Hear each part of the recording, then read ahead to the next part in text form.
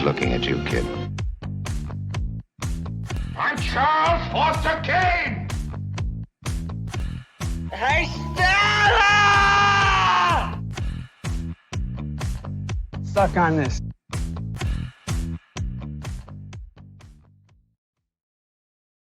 What is happening, everybody? James Hancock here. Today, I'm joined by everybody's favorite Western enthusiast, David Lambert, to discuss the 75th anniversary of John Ford's Wagon Master, one of John Ford's personal favorites from his filmography.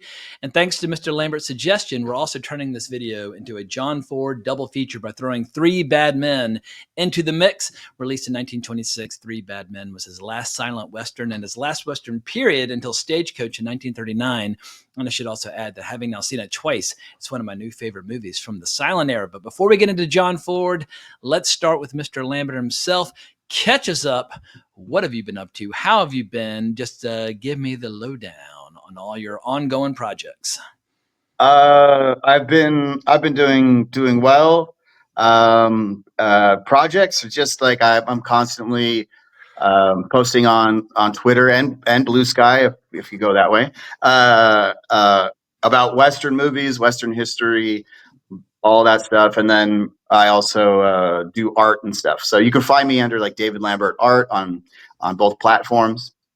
And yeah, so I just been posting about Westerns, making art. So I can remember a bygone era when you were not on Twitter at all, and anytime people would react enthusiastically to your commentary, I would take screenshots and like email to them or send them to you on Facebook. Somehow I'd get them to you, like, see you over on Twitter, people like your stuff, blah, blah, blah. But I'm overjoyed now to see that not only do you have a Twitter following or an X following, it's a pretty robust one that seems to really dig your stuff and your commentary. So yeah, I'm taking credit for your no, honestly, you should because that is really the reason I got on Twitter in the first place.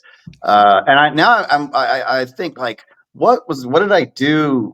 Because I've always been watching Westerns and studying Western history and all that. So I'd had a certain amount of knowledge before going on your show and everything, and Twitter and all that. But I'm like, where were you sharing your enthusiasm? Yeah, what was I doing with this info? I don't know. I honestly don't know. Screaming into the void. But it's been great, and it's going well on Twitter and everything. I'm gonna name drop. Not only does Guillermo del Toro follow me, he just bought art from me. My Bring Me the Head of Alfredo Garcia poster. He bought a print because it unfortunately I did it digitally, and he wanted to buy the original. There is no original, so yeah, he just got it today, just minutes before he just responded. It's great. So yeah. That's me bragging about that. I'm gonna name drop. I don't care. How big is the final print? I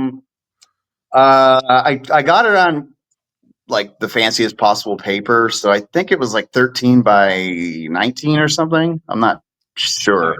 I'm going to show off my new capabilities here on StreamYard because I am now able to share images. Oh shit!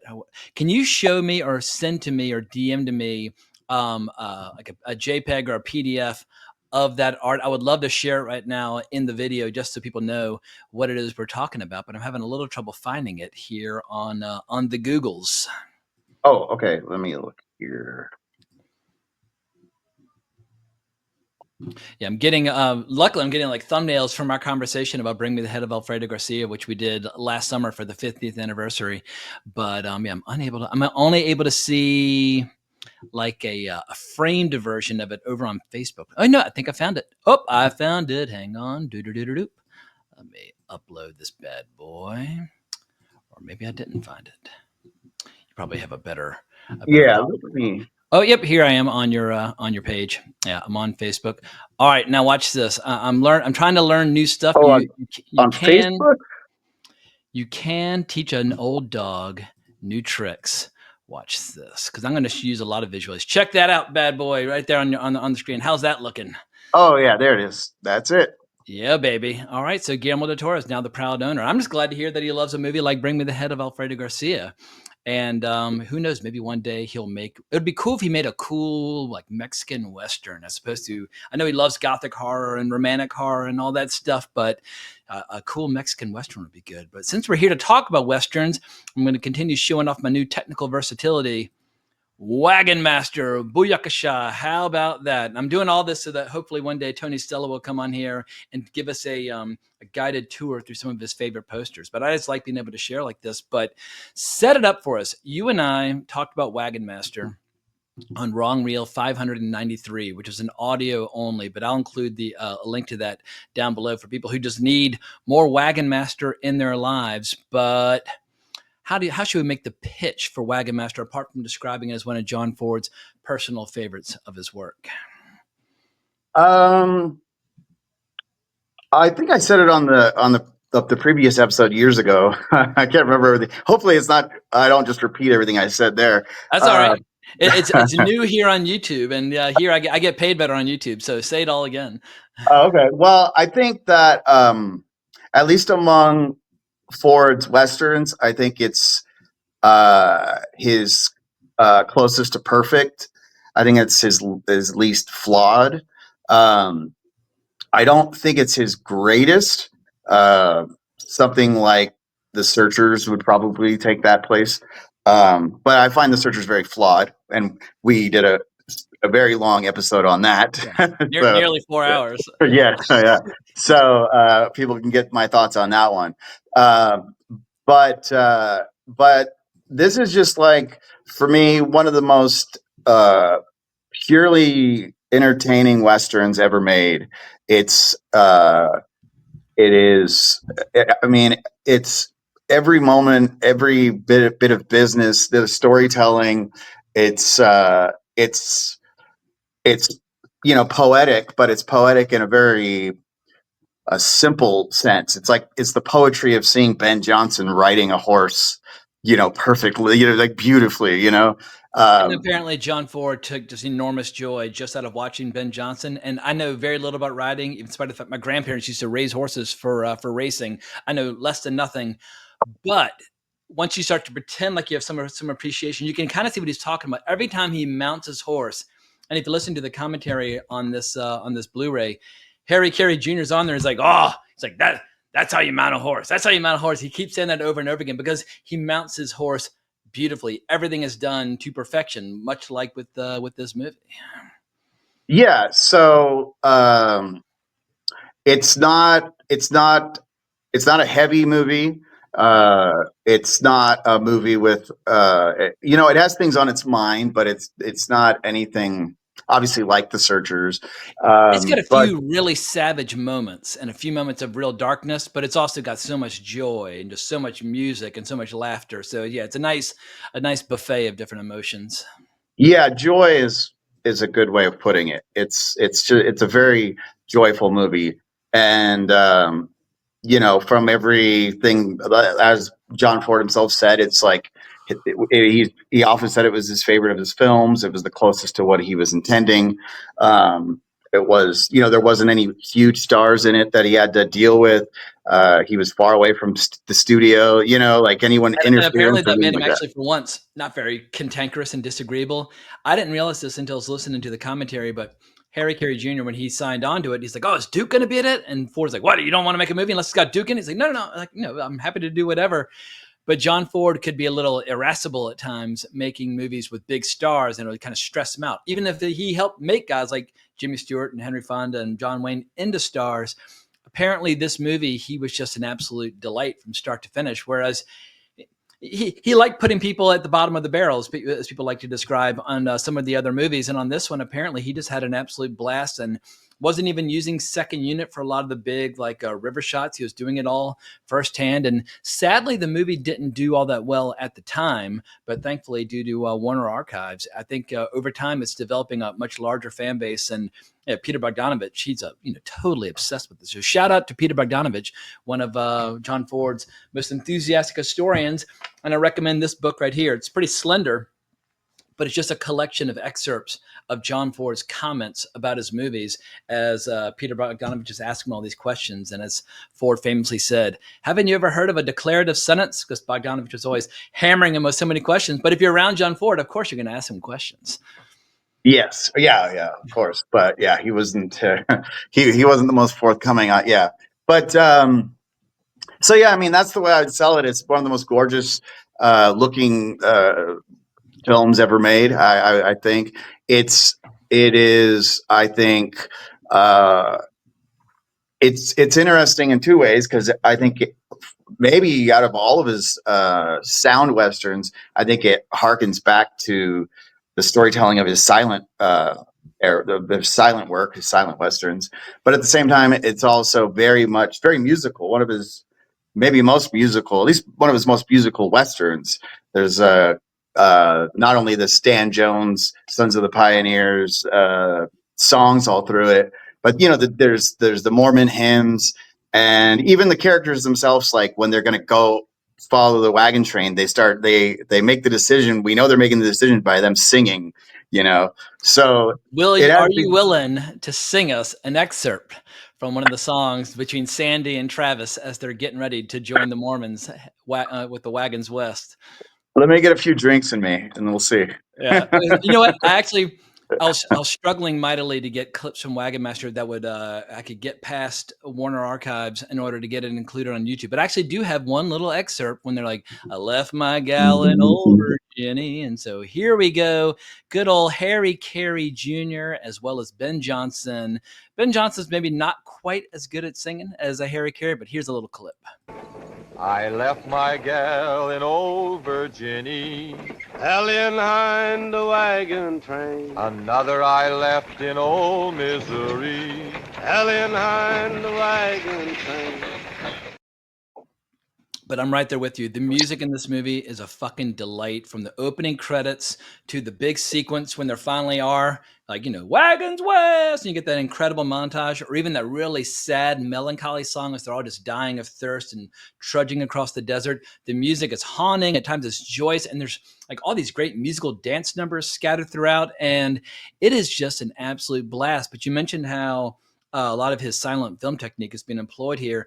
When you watch this and Three Bad Men, I basically watched one, then the other, then went back and watched them again. You really start to see that, like when the bad guys of Wagon Master first walk into the middle of their dance, there's a moment of silence as all these guys are staring at each other, and there are all these brilliant cutaways to all these, like the close-ups of the bad guys are a little bit strange and distorted in terms of the angles, and obviously Ward Bond and Ben Johnson and Harry Carey Jr. all look very heroic and cool and that sort of thing, but it's just pure visual storytelling. And John Ford, he didn't mind sound. He just said you shouldn't use it too much. And he was more than happy to just cross out lines in the script and hand it back to actors, which Ben Johnson didn't mind because Ben Johnson was a little shy about, too many words. Yeah, I think that the biggest difference in Ford's storytelling from the silent era to the sound era is just his ability to use music. Is like his visual storytelling and the economy of dialogue and everything. It's in the silent films, and it's still there. He still uses those techniques. He just has he just has music now. He can enhance it even more. So, and I think that's the biggest addition to his work once he started doing sound films. Now, I'm almost a total blank slate on the Sons of the Pioneers outside of John Ford movies. Give me kind of like the basics or the 101. Who were the Sons of the Pioneers, and did they largely do music scores, or were they like a traveling band, or what was their deal?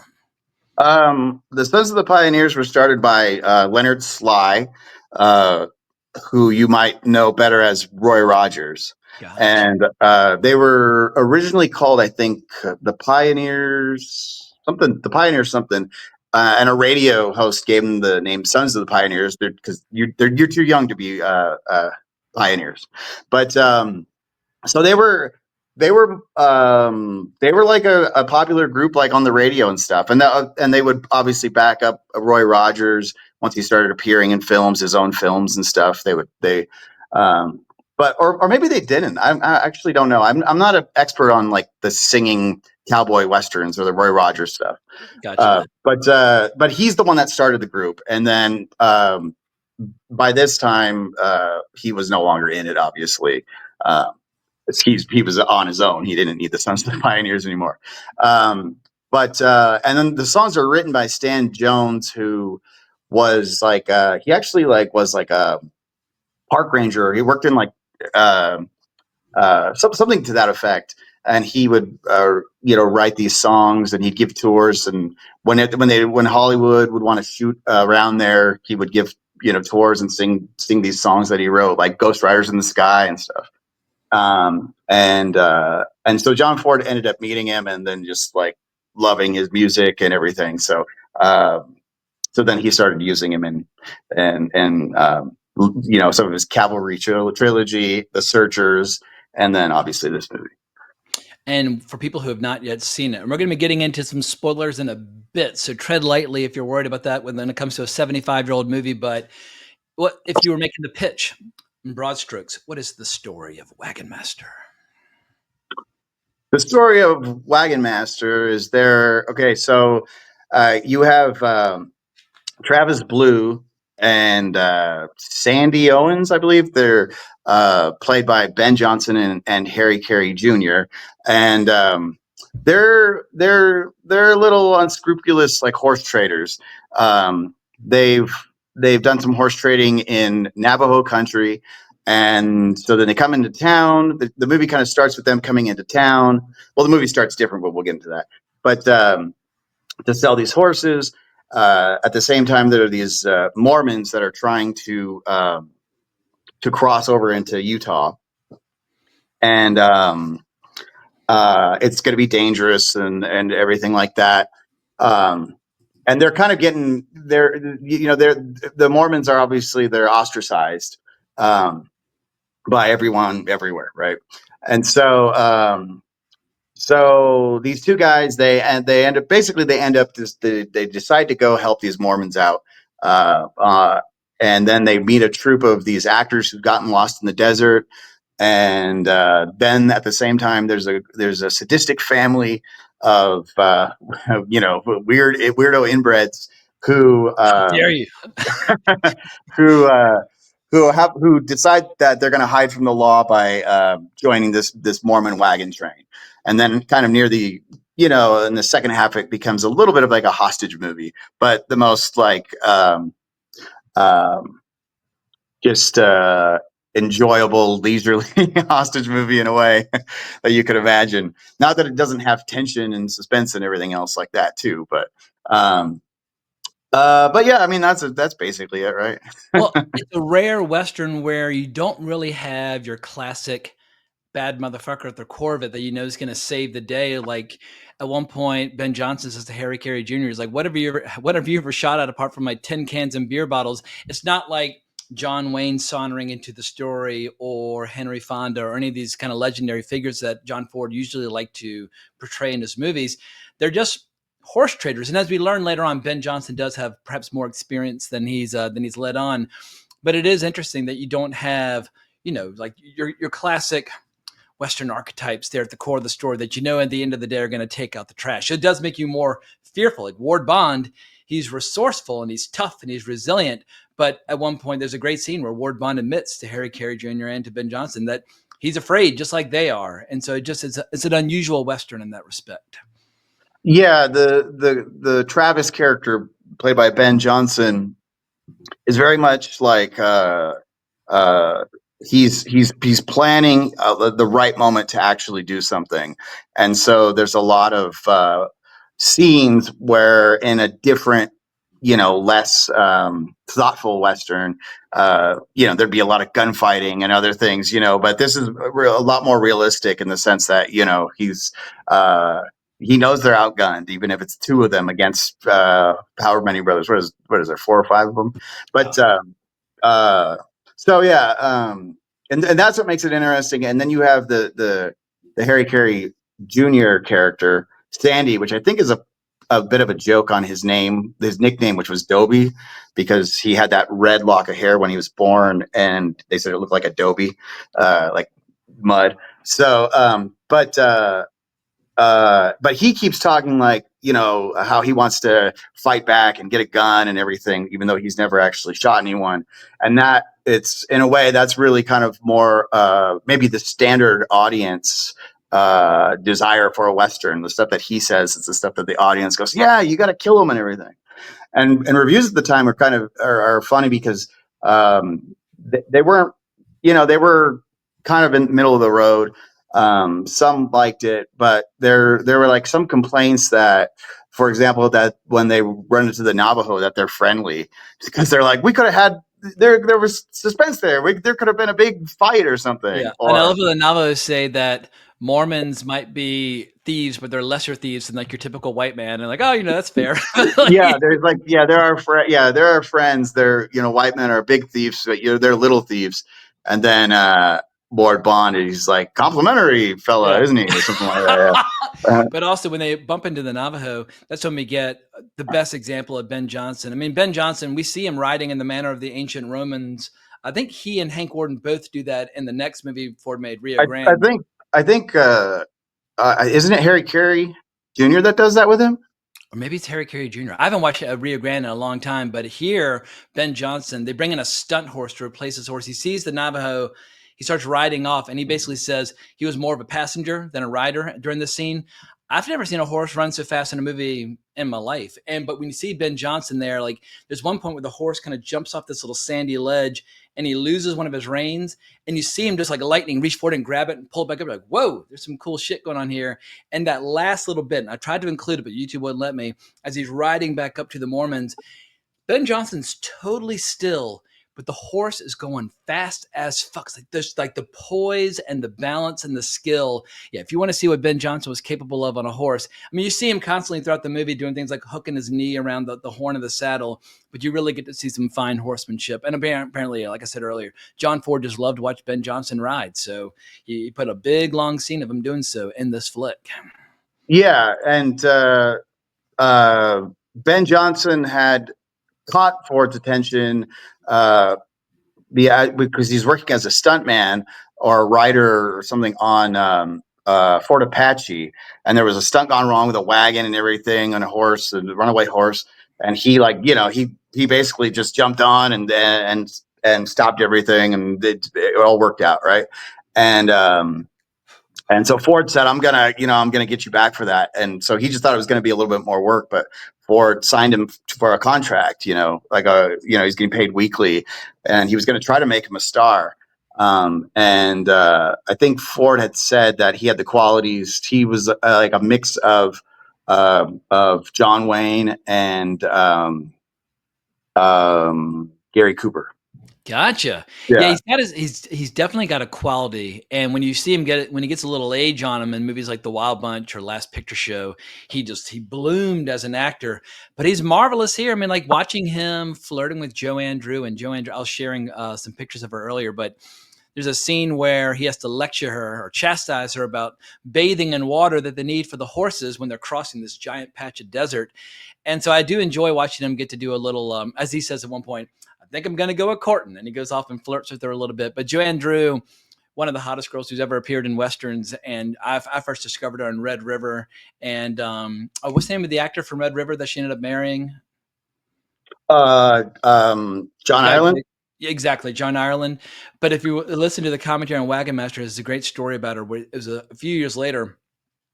There was some party she was throwing, and there was some drunk idiot at the party who kept kind of pawing at her. It was like a big fan of hers. And at one point, she took out some of her false teeth and handed them to him and said, why don't you just play with these for a little while? And walked off. She had a great way of kind of putting him in his place. But yeah, I love Joanne Drew, and she's fantastic in this. And gives Ford's later movies can be very wholesome and forthright at times, but I like how, because she's an actress and she's like kind of this traveling show or a hoochie coochie show, as Ward Bond describes it, it just adds a little something extra to the movie, which otherwise might have come across as like almost like a Mormon propaganda piece. Ford had first caught his attention in Red River, and I think she's great in Red River. I think that her character, the way her character is used in that, is the movie's biggest flaw, especially the end. Very end, yeah.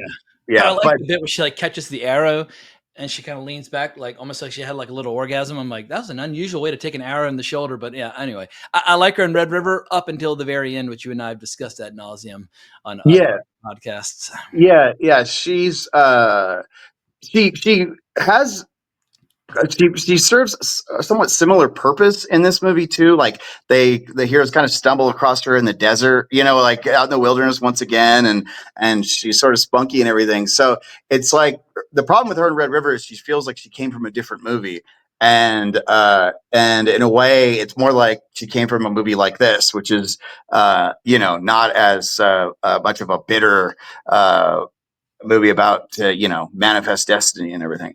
But yeah, so and she ended up becoming, I think, like best friend of John Ford's daughter. She tells a Gotcha. story. She tells a story about going over to their house one time, and they were out. The daughter was showing her something out on a porch or something. I don't know, and uh, then they look over and they hear John Ford say, "Hey girls, how's it going?" or whatever, and they look over and he's peeing out of a window. So anyway, but It could have been worse. It could have been Ward Bond, posing yeah, naked like he did on the set of The Searchers for who was he? Was it Vera Miles that he was posing for, or who was he trying to get the yes, attention of? yeah. He was trying to woo Vera Miles, but and yeah, she's a great character. Her name's Denver. It's a little bit like Stagecoach Dallas, right? And uh, what's great about her is that Uh, she is who she is. She's horny as hell, and she doesn't care. You know what I mean? There's no, uh, and she knows what she wants. She's like a self-actualized person.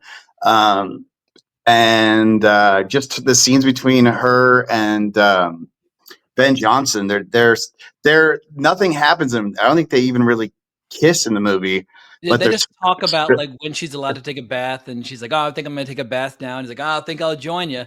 But so there's some sexual tension there, but it's very very chaste. But once again, back in the 1940s, if an actress wanted to be sexy, it all had to be kind of implied and underneath the surface, or oftentimes would be like we never got to see Lauren Bacall naked or Joanne Drew naked and that sort of thing. But they had to deliver their sex appeal in other ways, and yeah, Joanne Drew is fucking sizzling in this. I'm a big fan of her in this.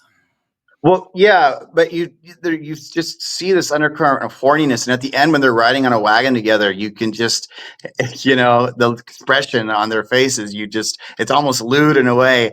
And what is so well done about that is, in My Darling Clementine, famously, Zanuck added like the kiss at the end. You know what I mean uh, to really underline things, whereas Ford hated that. And that's kind of where a lot of the power from My Darling Clementine comes from, is just this unspoken thing there. And he does it here, but it's interesting because he's doing it now with this character who is very horny and very forward about it. You know what I mean? And so, but to be able to do that and do it that subtly, especially when so many westerns, the romance in it always seems like an afterthought. Grabbing them and forcing them to kiss you, and then they hit your chest, and then they just give in. It's just that kind of stuff is just always weak, the weakest part of most westerns.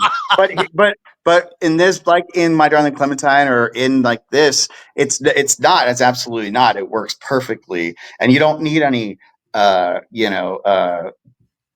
forcing yourself on, And also, she smashing your makes it face clear into that there. she knows how to handle herself. Like at one point, when they have the little party with the Navajo, and they're having that amazing little dance where they're all going around the circle, and one of the kind of crazy inbred rednecks that has taken them all hostage tries to essentially force himself upon her, and Ben Johnson steps in and is like, it's customary to Navajo dance for the girls to invite the men to dance, and not vice versa. And she lets Ben Johnson know abundantly clear, I can handle myself. And as we learn, as she's talking with one of her coworkers afterwards, she's basically trying to protect Ben Johnson from getting killed, and in some act of gallantry, trying to protect her because she's terrified that these psychopaths are going to rip him apart.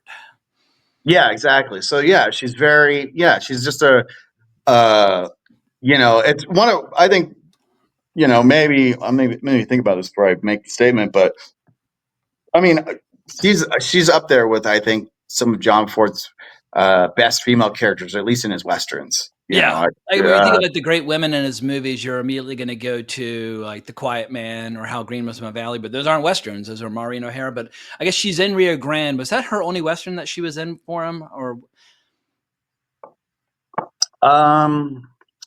In any case, obviously, think she's more so. Yeah, I famous think for her so. work I'm not sure. outside the Western genre, but she was obviously the great leading lady. But yeah, and then of course, we always talk about John Ford without mentioning his movies in the 1930s. But like, he was making movies with Katharine Hepburn, and they had a little bit of like a love affair going on at that time. But yeah, John Ford worked. He had no problem working with the ladies. But I guess people always think of Stagecoach, Claire Trevor, and The Searchers and Vera Miles, etc. But yeah, for a guy, I think he made 130 movies. It's always dangerous to make any generalizations about anything related to his work when he just has such a prodigious fucking output. When I was looking him up earlier and I saw that I knew he'd made over 100 movies, and obviously a lot of his silent movies are lost. I think only like he made 60 silent movies, but only about 10 or 11 are still intact in their entirety. But yeah, the man was not afraid of a day of hard work. I think Joanne Drew was in. She Wore a Yellow Ribbon. Nice. I haven't watched that one in a long time. I really like She Wore a Yellow Ribbon, or at least I love that scene where they give him the watch, and it's like, lest we forget. And there's some great scenes in there, but I always lean towards Fort Apache. But I'm going to add She Wore a Yellow Ribbon to my collection. I'm starting to get a little Blu-ray collection going where I've got Stagecoach, My Darling Clementine, Fort Apache, Wagon Master, and The Searchers, but I also have Three Bad Men on its way. And I've got Man Who Shot Liberty Valance on DVD, as well as directed by John Ford, the Bogdanovich documentary. But I need to expand my collection. I feel like for a man who made over 100 movies, I need to own more of them. I also haven't seen She Wore a Yellow Ribbon in years, but it's good. It's good, and you could say that about a lot of his movies, but it's one of his most gorgeous. Yeah. So and it's shot in Technicolor. Yeah. Was that his first color movie? Maybe or no. They were expendable. That was color, wasn't it? Was it not? I can't even remember if there were expendables in color or not, which is embarrassing. I'm less familiar with his World War II stuff, but in any case, She Wore a Yellow Ribbon would have been one of his early color movies. I think it's safe to say that. Yeah. I'm not. I couldn't tell you outside of his westerns. Really, I've seen a handful of those. Drums Along the Mohawk would have been his first color movie. Yeah. So. Oh yeah. Yeah, but I'm just going to double check. Yeah, Drums Along the Mohawk, 1939 was his first color movie. Yes. Okay. Yeah. Well, anyway, getting back to Wagon Master, let's talk a little about Ward Bond. And Ward Bond obviously worked with John Ford a million times, and he's always fucking awesome in all of his movies. But what I like here is that he's not having to take second place to John Wayne for once. I feel like anytime he's in a movie, if John Wayne's also in it, he's kind of forced to kind of recede into the distance a little bit. But here he gets to be the big, huge, giant guy, even if they're kind of having a few jokes at his expense. Like when one of his horses collapses, because apparently he weighed about 230 pounds. According to Carey Jr., the horse just couldn't handle his weight. But in the movie, they make a reference to quicksand. He's like, "Oh, sorry, horse." And he apologizes to the horse. But I love Ward Bond in this. And I was showing this earlier. One of my favorite bits of business, as you like to say, he and Ben Johnson are both sharpening pieces of wood while they're doing a little literal horse trading and negotiating the price of the horses and what route might be taken out into the desert. And just a great little scene between the two of them. But obviously Ward Bond, much more experienced actor, but I think he and Ben Johnson, they really work well together. Yeah. I mean, he's he's basically a co-lead, and it's great to see him shine. He like later in The Searchers a little bit. He's this guy who is a religious man, but he's like he's like a late convert in life. So it seems like he's had his rough and wild days. And he refers to his sinning days in this movie. Like, back in my sinning days, I used to say X, Y, and Z. Yeah, and he's constantly having to stop himself from cursing and all that. And so yeah, he's great. He's a lot of fun in it. The way when he's talking about the lady from the acting troupe, the older one that he's like horny for, like the way, Fine figure of a woman, or whatever. He yeah, describes it's like it in a real sucking his glowing lips. way. I could almost picture him in his trailer across from Vera Miles in that scene. but but one of the things that's fun, that's interesting, that Ford is giving him such a big role in this film, is because, like a lot of John Ford movies, it's about, ostracized people, and that's the big theme of this film, is that, there's this town that, the sheriff in it is like talking about all the shitty Got down people. by 7. Yeah. Yeah, the Mormons, the acting troupe, or the medicine show people, or whatever, the Cleggs, the bad guys, the horse traders, and it's kind of his attitude, which in a way you see Ben Johnson sort of changes, like, fuck these guys, so Yeah. why would Initially, I? he's thinking about stepping away from the table, but when he sees this guy talking trash, he decides to make a few more bets and bleed him dry a little bit more. And so, yeah, it reminded me a little bit like with Stagecoach. The movie begins with like Claire Trevor and Thomas Mitchell being run out of town. Once again, Ford loves to use that device where these people are kind of being run out of town by the moral majority. Yeah, very. Yeah, he loves to do that, and so and then also, but it's not. He also shows that within the Mormons, then they are like, we shouldn't get caught up with this acting troupe, and it's Ward Bond who hasn't been in it his whole life, who kind of bridges the gap, who like compromises their beliefs, but actually in that way, it's the more Christian or Mormon thing to do, right? And Ben Johnson, the wagon master, is like, I'm not leaving him behind. He makes it Yeah, abundantly yeah, clear. yeah, exactly. And the way he just like low key. We'll talk. We'll get more. We'll talk more a lot more about Ben Johnson. But But I love how, like, the reason, like, the medicine trooper, or however you want to describe them, the reason they've been stranded, they were running low on water, and so they basically gave like this poison they've been drinking to one of the horses and just galloped off. yeah, because yeah, basically, all those medicine shows, they would have a lot of like either opium and alcohol, a lot of alcohol and that stuff. So it cures all ills, Yeah, absolutely. But so you see even the prejudice amongst you see that the ostracized still ostracize people. That's one of the themes. But more so, getting back to Ward Bond, is that Ward Bond at this time was, maybe even more so than like John Wayne. He was very much, pro the blacklist, Yeah. of all those dirty commies back then, right? But and John Ford hated that about Ward Bond, and he thought Ward Bond was a piece of shit politically, and would make fun of his huge ass. but but but there's something very interesting in casting him not only in that role, but just in this whole film, which is all about the acceptance of these marginalized communities, or these viewpoints that aren't necessarily that you don't necessarily agree with, right? So you wonder, like, when a lot of these, like someone like Ward Bond is starring in this movie, like, he just does he even not even know what the message is? You know what I mean? So I mean, uh, I'm always convinced that actors, while maybe very, very talented, I don't ever really rely upon them for astute social or political observations. yeah, exactly. But it is just funny that this huge pro blacklist, pro McCarthyism guy Is the voice is of tolerance in the movie. yeah, voice of tolerance, about a movie about like ostracizing people for having a different viewpoint.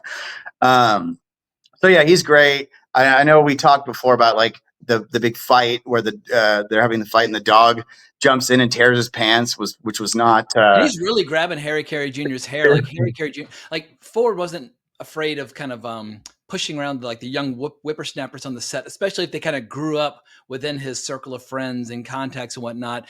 And Ward Bond, when he grabs Carey Jr. to separate those guys, Harry Carey said, he really grabbed on and was like yanking him around. Like, John Ford wanted a real fight, and he just let the cameras roll. Yeah, and so the dog didn't know what was going on and freaked out, and so it ripped Warbon's pants. You can't really see it do it in the movie, but you could see his pants rip, and you kind of hear the barking and stuff. And I guess when it really happened, because it was not scripted, like John is like the most John Ford had ever laughed that anyone that knew him said. He just fell out of his chair laughing and thought it was the funniest shit he'd ever seen. So. And there was even some joke about how they were trying to figure out which dog it was because they're worried that the dog might not have had his tetanus shots, like, implying that biting Ward Bond would actually get the dog sick as opposed to vice versa. Oh, nice. Yeah, exactly. Yeah, I get the feeling that there's a lot of good-natured ribbing and shit-talking, especially amongst John Ford's oldest friends. And he's always talking about how, while like he loves to always play the role of the guy who's like the non-artist, or it was just a job of work. It was a job of work, blah, blah, blah. But what he does admit is that he loved being on the set. He loved his crew. He loved his cast. And he worked with so many of them over and over and over again for decades on end. And you get the sense that even if he was at times a bit irascible, there was an enormous amount of love and affection between him and his casting crew. Yeah. I mean, it's a lot of loyalty there. It's part of it's heartwarming, and the other part is like, they all have Stockholm syndrome, or a lot like the people that worked with Peckinpah over and over again. I mean, I'm sure the end result was great, but God, this seems like such a nightmare. But yeah, it's fun to read about, but less fun if you're there experiencing it firsthand. Yeah, exactly. And that was one of the things that ended up happening, because he was, like they say, Ford was very well behaved on this one. But it was on Rio Grande, the next one, that's when him and Ben Johnson had their falling out, because they had filmed a battle and they were eating dinner, and he was talking to Carey Jr. and it was like, he said something about the battle scene. It was a big battle with not many Indians bit the dust. Something, I don't even know what he meant by that. And Ford overheard him, and he said, what'd you say? And he's like, I was talking to Dobie over here, and he's like, no, what? Answer the question, stupid. And Jesus. Ben Johnson just is not the guy to do that to. So apparently he got up and he whispered in Ford's ear. We don't know what he said. No one knows what he said, but they said Ben Johnson looked like he could kill someone, and basically John Ford went white after whatever he said, and when he walked off, and I think Ford, like, he eventually seemed like he almost quit the movie, and after a while, Ford was like, "Oh Jesus, someone go get him! We need him back." But after that, like. Ben Johnson, I think, went back to rodeo riding and stuff. He didn't work with Ford again until Cheyenne Autumn, which was like 16 years later. Yeah, so he went back to rodeo riding for a little while, and then a few years later, he came back as a more grizzled, character actor, like in One Eye Jacks, and obviously The Wild Bunch and Last Picture Show and stuff. Which Ford was the one that convinced him to do The Last Picture Show. He didn't want to do it because of the nudity and the curse words. Yeah, and Ford was like, "You want to be?" He was worried his mother wouldn't be able to watch it. Yeah, which is funny after he just did The Wild Bunch, but John Ford was like, "What are you, stupid?" He's like, "What do you want to be, John Wayne's second your whole life or something like that?" It is a little bit. I don't know. It's like I don't know. There's something inconsistent there, because there's scenes where he and Warren Oates are in like a giant vat of wine with naked ladies dancing around on the Wild Bunch. It's like, that's okay, but the Last Picture Show, based on a novel by Larry McMurtry, is not. So anyway, but I guess everybody's got their reasons. So they had to cut his line. "Looky here, Tector, nipple is big as my thumb." They had to cut that because it was going to get an X. Gotcha. And but I know Ben Johnson's wife is like, "You can never go to Mexico with Peckinpah again." So maybe it was more so pressure from his wife or something. I don't know. But anyway. Well, let's talk a little bit about Carey Jr. And one of your original ideas for this video was that we talk about some of the films that were made with Carey Sr. and John Ford. Very few of which survived, but like obviously they made. I can't remember the exact number, but it was a big part of his inner circle for a long time. And Carey Jr. kind of grew up within the John Ford community. But is his first speaking role or first big speaking role Red River for Howard Hawks? I believe so. He's what year did Pursued? Is he in Pursued? I do not remember. Am I misremembering? I think he's the one that gets goaded into trying to shoot it out with Robert Mitchum. Let me look. You're talking about the Raoul Walsh film noir Western? Yeah. I have not seen that since the late 90s. I saw it on VHS when Scorsese had this series of videos where he would introduce and talk about certain movies, but that's how I first saw Pursued and Johnny Guitar and a couple other, and Force of Evil. But yeah, I should have hung on to those old VHS cassettes. Yeah. So he's in that one, which that came out in 47, and then Red River's 48.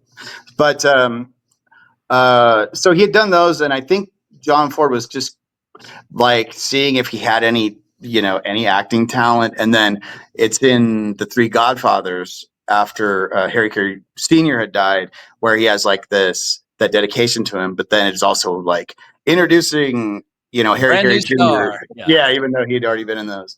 But what's interesting too in relation to this movie is that Carey Sr. In the when he was a famous actor and everything, he had property, and he let a bunch of Navajo essentially live there as they would have hundreds of years ago.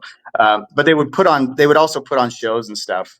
But so he basically he had this whole area for the Navajo, and then there was a big flood, this big San Francisco flood or something, and they had to vacate it and everything. But so they were very close with the Navajo, and Carey Sr.'s daughter spoke Navajo before she spoke English. Cool. That's how close they were. So there's something cool there, and he's speaking. And is that Navajo. why Carey Jr.'s character in this movie is able to speak their lingo a bit?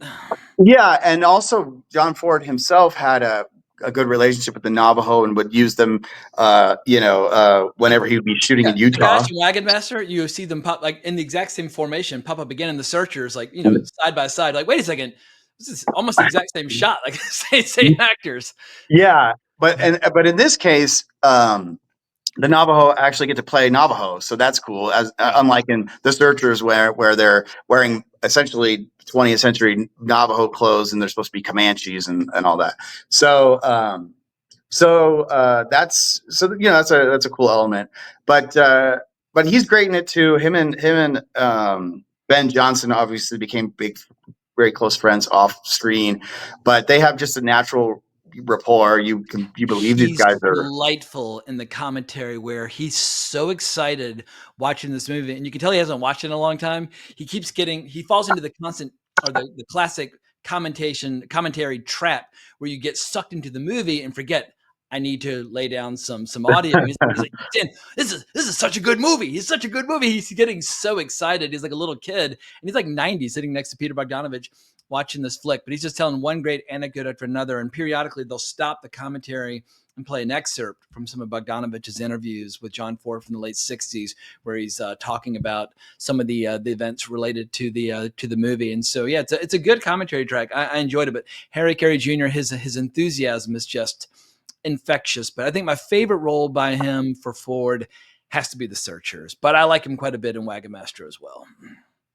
Yeah, he's a lot of fun in this. The way he dances, he's such an enthusiastic goober in a lot of ways. He's very innocent, very wholesome, but he's just it's impossible not to like the guy. And even the side of John Ford's movies that sometimes can annoy me, where in his later movies he'll have these scenes where it's wholesome but trying to be a little bit naughty. Like at the very end when Harry Carey leans over and kisses the girl on the cheek and she's like, and makes that face. I'm like, that's the side of John Ford that sometimes I'm like, no, give me a Howard Hawks movie instead of a John Ford movie. Like Howard Hawks is a little bit more, more worldly when it comes to those matters. I can't stand the wholesome side, but Harry Carey, he sells it, at least here in Wagon Master. Well, it makes sense though. It's also a Mormon woman that he's doing it to, So, Mormon women have you been hanging out with?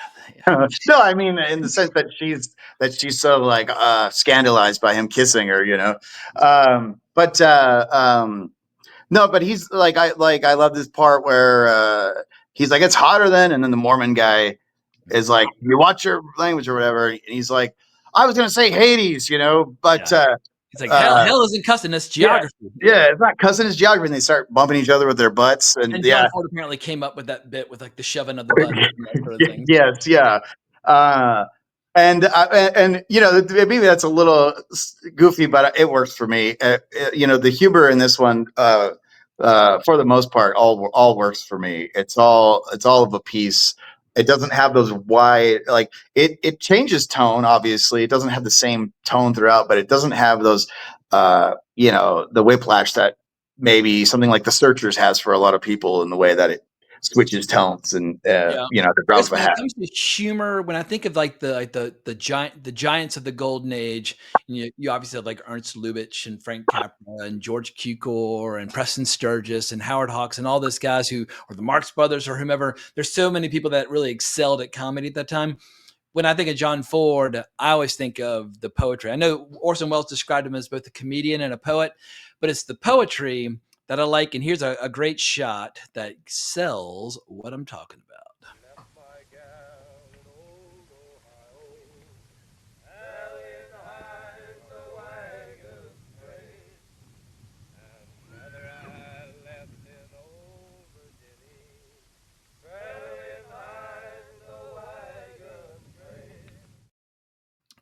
And there's something just so bone chilling about that scene. What it reminds me of is like being like a little kid. I went to this ranch in Idaho called the Sun Valley Ranch, and I actually got my finger stuck in this little like metal like rail next to like a pickup truck.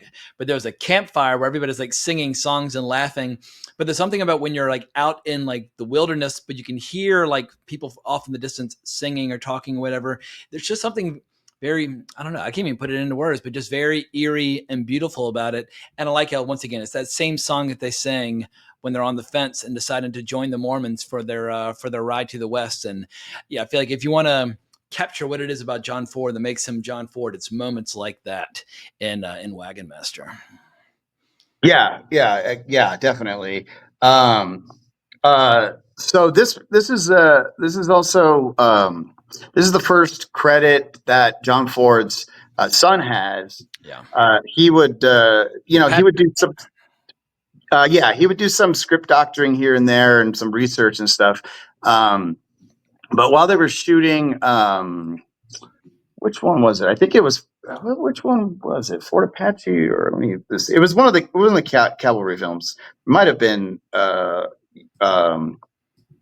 Yellow Ribbon, but here, I think I've got it here.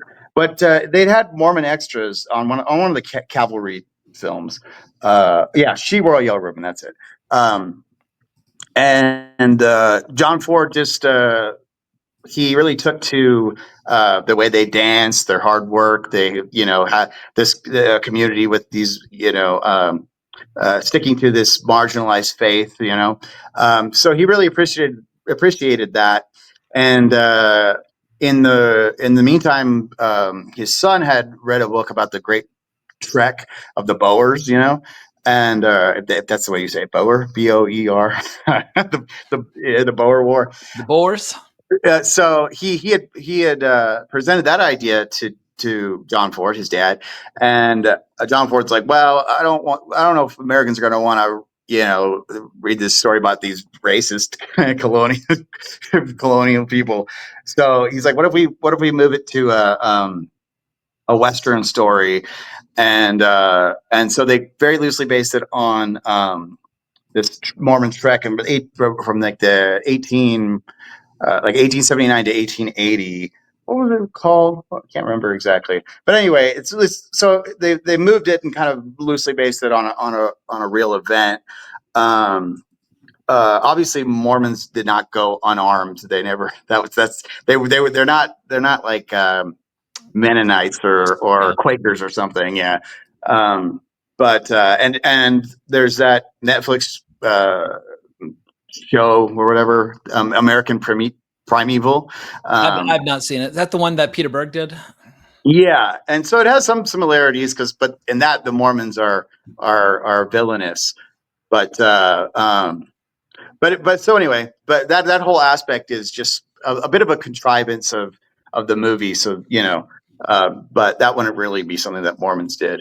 But he wanted to shoot it in the real area where that actual trek had happened.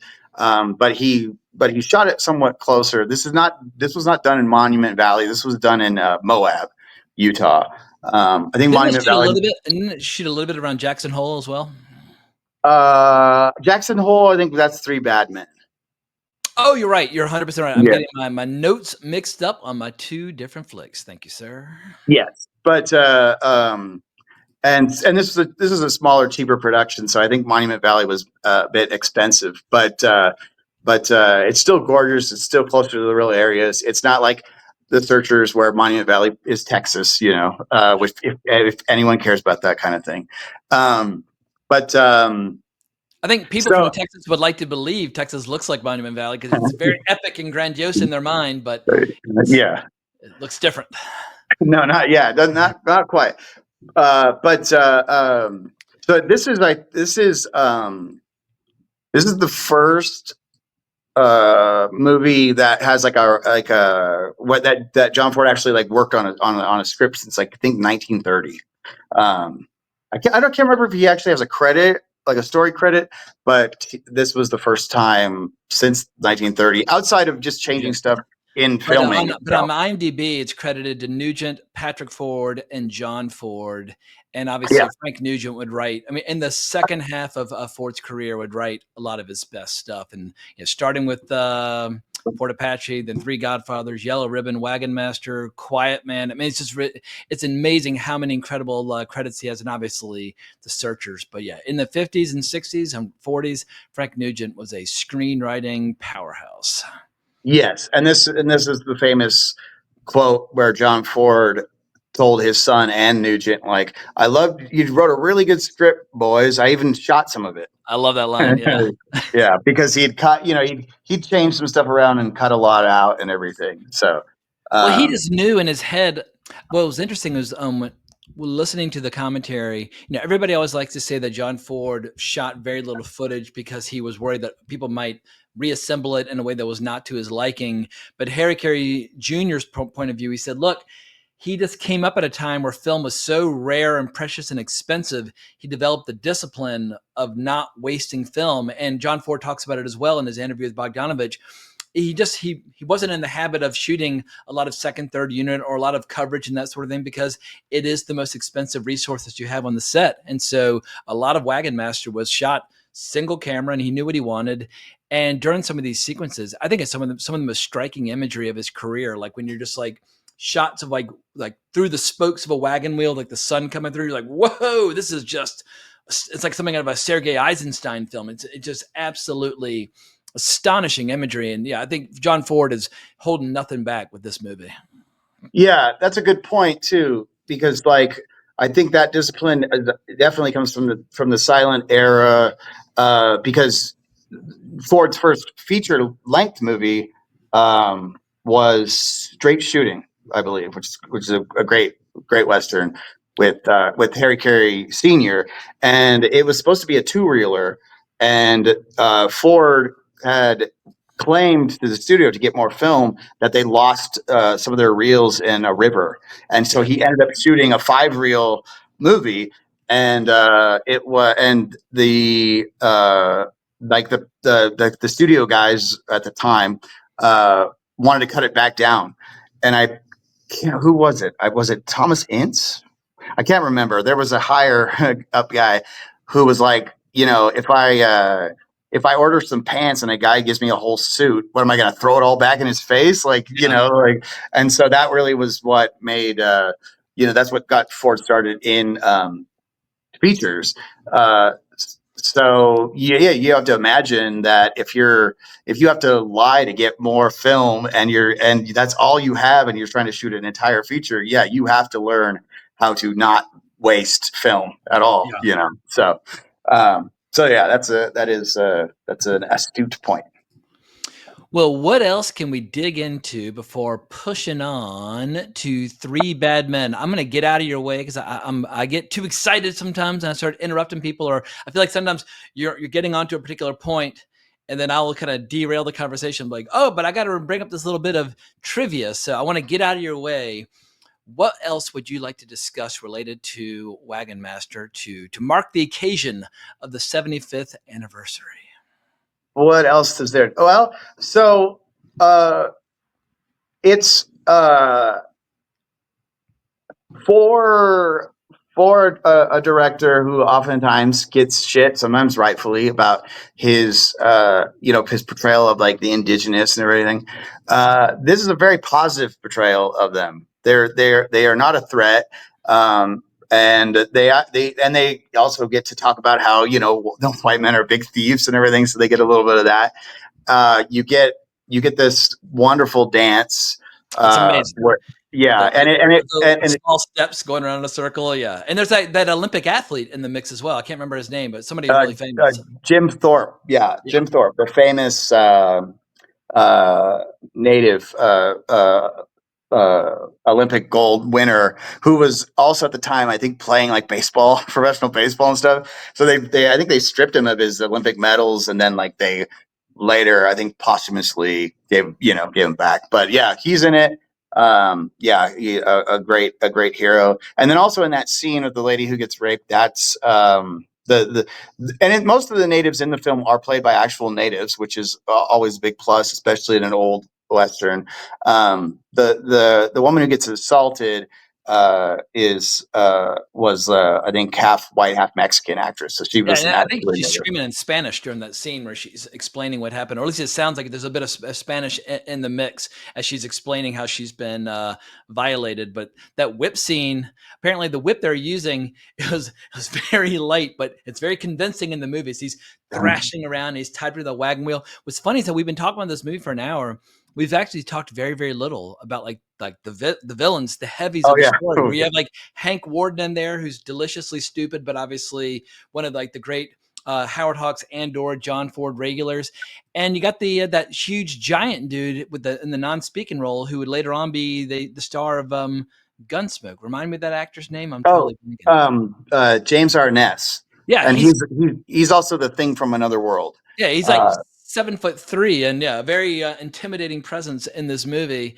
But I love how it's just a bunch of once again inbred, toothless shiftlets just doing their thing in this movie. They're totally merciless with very few redeeming qualities. I can't think of any redeeming qualities, but I like in the scene where they're trying to step forward to not have their boy get whipped, and they're like, look, getting whipped is better than getting scalped. Like you're surrounded by about 100 assholes. Maybe now's not the time to, show so much pride in your fucking family. Yeah. James Arness, is huge, and that's you can especially see that in the part where he's picking up by Joanne Drew, I believe, and he's just holding her. She's so tiny, and he's just carrying her like it's nothing, The little girl. But and also the lady who gets attacked, it was Marlon Brando's second wife. Interesting. I think they met on Mutiny on the Bounty. But for a movie that's so lighthearted, or at least has the reputation of being so lighthearted, it has scenes of intense darkness, and so I like that. It's not if it was just a happy-go-lucky horseback ride, the movie would be so forgettable and silly and kind of disposable. I think it's because of these moments of darkness that it makes the joy all the more fun and the more lighthearted sequences. So it's a full meal.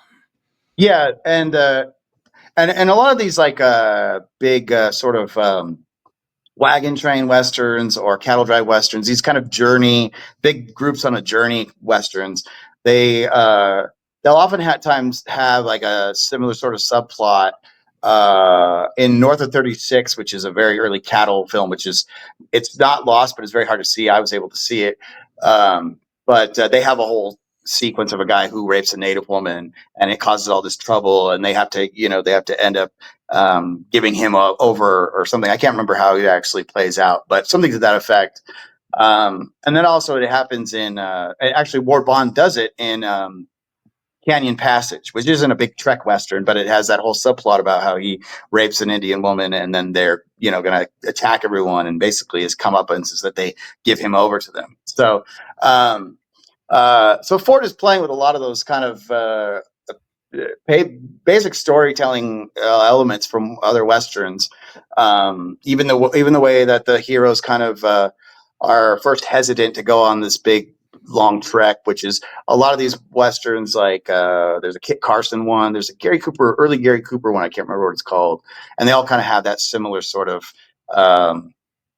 idea. I think also north of or the Texans with Randall Scott has that same sort of thing. So he's definitely playing with things that we've seen numerous times, even things we've seen in his other films. And the Cleggs are very much like the Clantons in My Darling Clementine. Yeah, but they remind me almost of the guys working on the house in Straw Dogs. They're some rough customers. Yes, yeah, and you could see where they probably influenced the villains in Will Penny, unfortunately, because they don't do it very well. But yeah, there's also like the opening of the movie. There's no like company name, like production company name. It just opens. It just starts. And And yeah, you have the leader of this family shooting a guy twice in the back, and then it just goes into the title sequence. But for the time, 1950, very unusual to have like a pre-credit sequence, like a James Bond movie almost. yeah. I think it's the only time I've ever seen Ford do anything like that. But even just not even having a studio credit at the beginning. But yeah, just that, and that part is very silent film. The way that they're all just kind of frozen there. And then the superimposed like reward posters over them and all that. And then of course they have like their patriarch who is more well spoken, not like he's most like super articulate, but he's more well spoken and more intelligent, and he just has this breed of just it looks like all of his children were created by having sex with the children he already had with his sister. I mean, I was like, yeah, Hank Warden is leaning into just the most slack-jawed characterization you can possibly imagine. I don't think he closes his mouth the entire movie.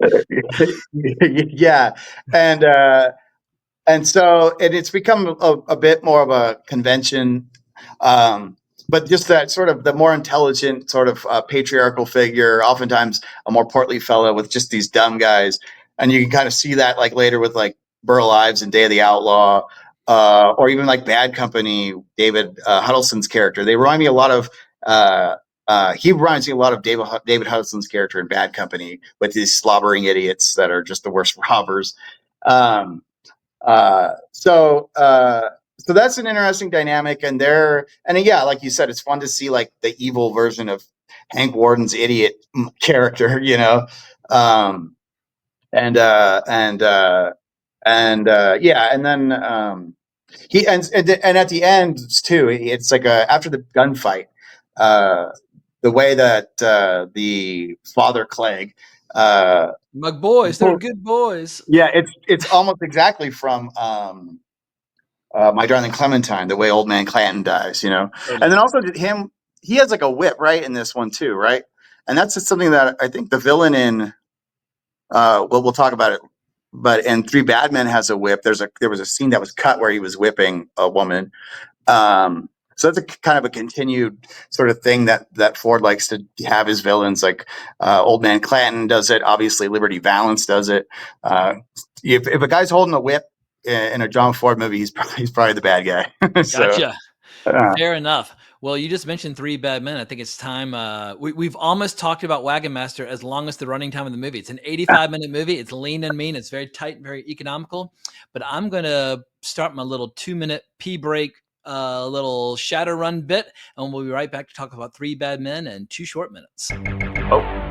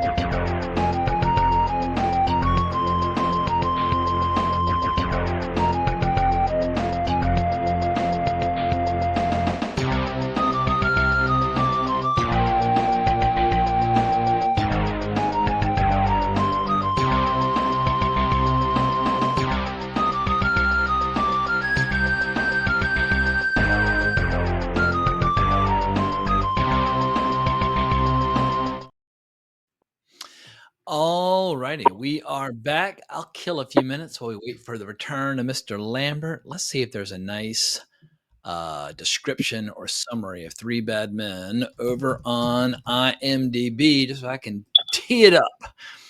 Three Bad Men, 1926, has a very description on IMDb where it says 3 outlaws come to the aid of a young girl after her father is killed. I feel like that doesn't even begin to do it justice. The way I'll set it up is if you're you're back.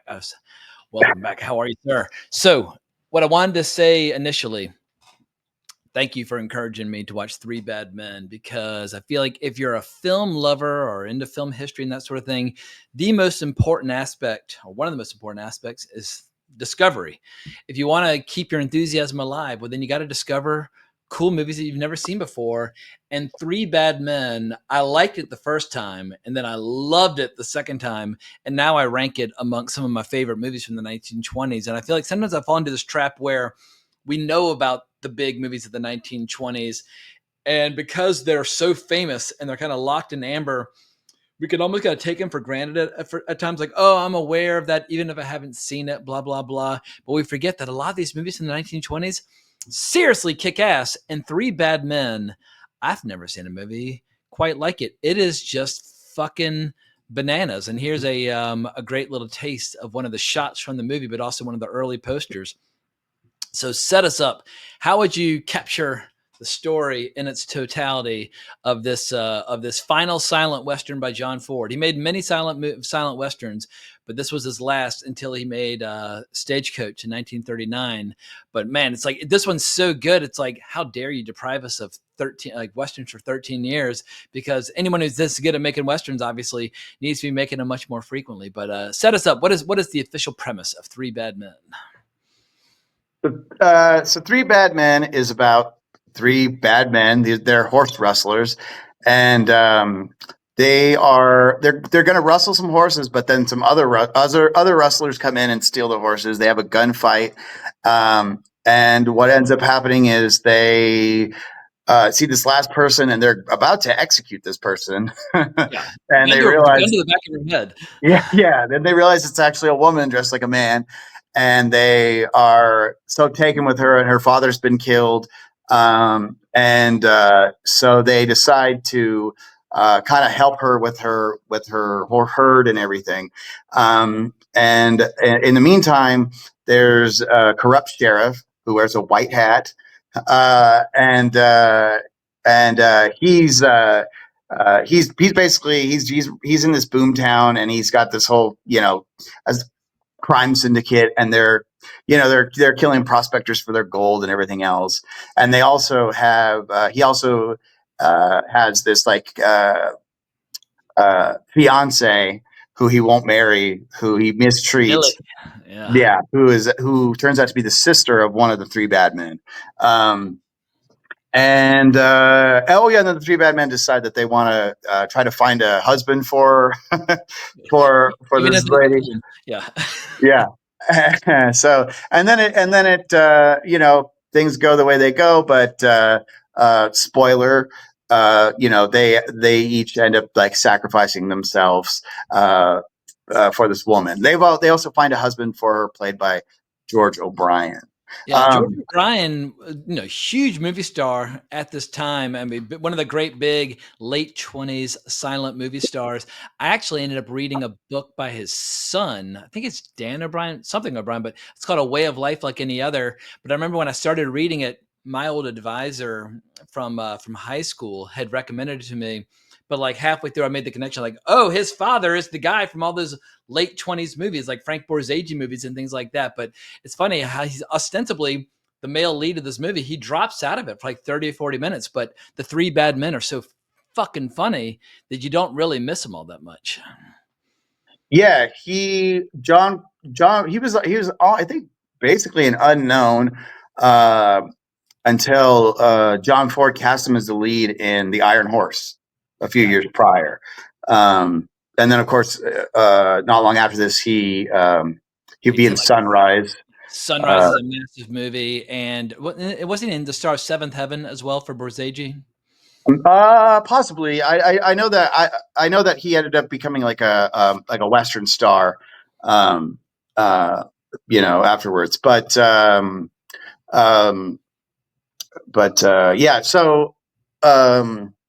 So Three Bad Men is. Oh, and John Ford was a huge fan of Sunrise too. I just found this whole quote about he's like, it's the best movie ever made. I don't think there'll be a better one in 10 years. So I like knowing that John Ford was a fan of like Murnau and all that. But so the movie is it says, I think, suggested by a novel by Herman Whitaker. They spell his name wrong. They put two T's in Whitaker in the credits, but who was a guy who was born in Britain in like 1867, and he went to Canada in the 1880s as in Manitoba to be like a homesteader. And he ended up meeting like Jack London, and the novel that this is based on is called Over the Border. And it's dedicated to Jack London. But he ended up, he was like a socialist activist too. He was friends with Pershing. And so he went with Pershing when Pershing was, basically trying to catch Pancho Villa. And then he also became like a reporter. And during the Mexican Revolution and stuff, went down to Mexico, and he would report all this stuff. And he ended up meeting Pancho Villa, apparently. But I'm bringing all that up because the book is, like I said, it's called Over the Border. The first chapter is like the three bad men are called the three bad men. It's always like capitalized. But the book is interesting because they do take the same basic plot of these three criminals who basically befriend this girl who they think is a guy, after her father dies, except and then they try to find a suitor for her and everything, and then they ended up all sacrificing themselves. Except the novel takes place during the Mexican Revolution, and it was written in 1917, I think. So it was written while the Mexican Revolution was still happening, and it's way more of a complicated story. There's a lot more characters in it. It's also very, very violent. People getting chopped up with machetes, all this sort of stuff. And basically, the bull character in it falls in love with this lady They're trying to find it. Is he called Bull in the book? Because I thought Bull might be named after John Ford, which was his nickname back when he was playing football. But if he was Bull in the book, then obviously my theory was wrong. Well, they changed all the three bad men's names Gotcha. from the book to the movie, but they kept the bull. So he's called Bull something in the book, and then they kept that part. So it probably got kept because John Ford, that was his nickname. Gotcha. But anyway, so yeah, and so it's wild. I mean, there's like nuns that are pregnant because they've been raped by the revolutionaries. There's a baby gets killed. It's the guy who falls in love with this woman, and she gets killed, and and then he wants revenge and everything. One of the things about the book, and it's very detailed, and there's a lot of history to it. It's super racist against Mexicans. Not only that the characters have it because it's the time period, but the author just keeps putting all these asides about just Mexicans. So if anyone ever wants to read it, just know going in, it's like almost every page is something disparaging about them. But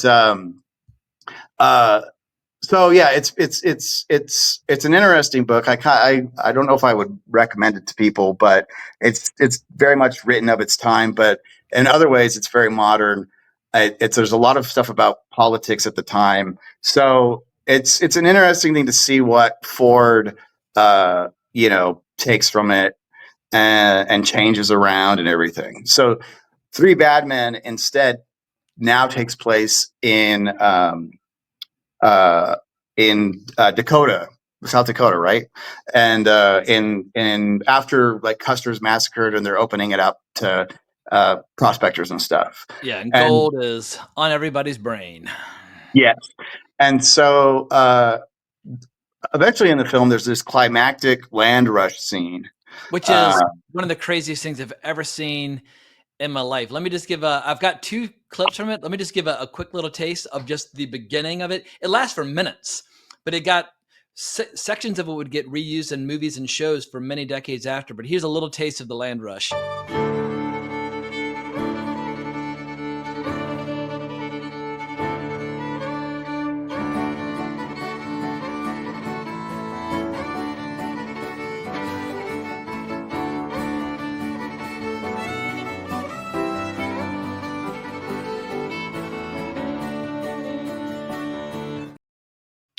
And in an era of awful CGI and oftentimes AI creations, if people wonder what's missing when you don't have, I think they had some like 350 wagons for that shot. But what you miss is the spontaneity and the chaos and the confusion and like this stuff that's totally unpredictable. But that scene just goes on and on and on. There's even a guy like on a fucking unicycle being dragged by a horse. I mean, it's insane. I was screaming with laughter during that whole sequence. It was like something out of a Marx Brothers movie. Yeah, there's also the newspaper man who's like he's like basically taking his like printing press like on a wagon, and he's Jack Little. he's printing the news as it's happening. Yeah, so and so that's very much a thing too that even back then Ford and other westerns too, they were already commenting on the instantaneous mythologizing of the West as it's happening. And I love that they're describing the 70s, but of course this movie is made in 1926. For them, the 70s is the 1870s. But it's funny, the 1870s to them in 1926 is the same as the 1970s to us in 2025, where you have like a 50-year gap. Like for me, the 1970s don't feel like that far away. To John Ford, relatively recent history that they're talking about here, because it's only a 50-year gap between the events in the story and the time when the movie got made. Yeah. So, but the thing about that scene is there was never a land rush in Dakota like that in the 1870s. It's clearly based on the Oklahoma land rush of 1890s, of 1893. And it's also completely lifted from a movie that came out the year prior, which was Tumbleweeds. William S. Hart's like swan song. His star was fading, and so he did like one last big western, and it has a big epic land rush scene. It's it's not as like shot and framed as well, but it's worth seeing. John Ford steals from it. Like he plunders it. The guy on the big bicycle, that's in Tumbleweeds. Wow. All So, right. um, John Ford was somebody who was, he is very much, the guy that everyone steals from in the Western, but he was happy to steal from other people. And the Iron Horse, his big epic Western before this, was just made to capitalize. It was basically Fox's version of the Covered Wagon. And so I think Ford saw the land rush scene in Tumbleweeds and was like, "Hey, I want to do something like that." And they just kind of shoehorn it into this plot. Um, but who cares? It's an amazing scene, Also, I love how And like you have the military there creating this giant barrier, and they're like anybody who crosses this line before noon, like you're disqualified. So everybody's just waiting for noon to arrive, and then when they go, they just go, yeah, and it's totally fucking insane. But it's like not knowing what to expect from this movie going into it. I was expecting a movie a little bit more, perhaps like Three Godfathers. I didn't really have any preconceived notions. I didn't look up the plot. So when that scene began, I was like, whoa! It threw me sideways when this giant, huge, epic sequence started to unfold. And people forget just these are movies that will never be made again because it's just not economically possible to house and feed and clothe and like you just get that many extras out into the desert. It's just you cannot do it anymore. It's why they do it with computers. And so it's just a refreshing taste from a completely, totally bygone era. But I mean, apart from that, I was just completely, totally charmed by the story. And I just, while you were talking, I did a little research. I was wrong earlier about Seventh Heaven, different actor in that Frank Borzage movie, but I did want to show a brief little taste of from early in the movie. We see George O'Brien and the female lead, played by Olive Borden, Lee Carlton. I think this movie is secretly, quietly one of John Ford's sexier movies. And once again, it's all kind of suggested, but here's a great little bit involving some grease on her nose, and he's possibly trying to clean it off.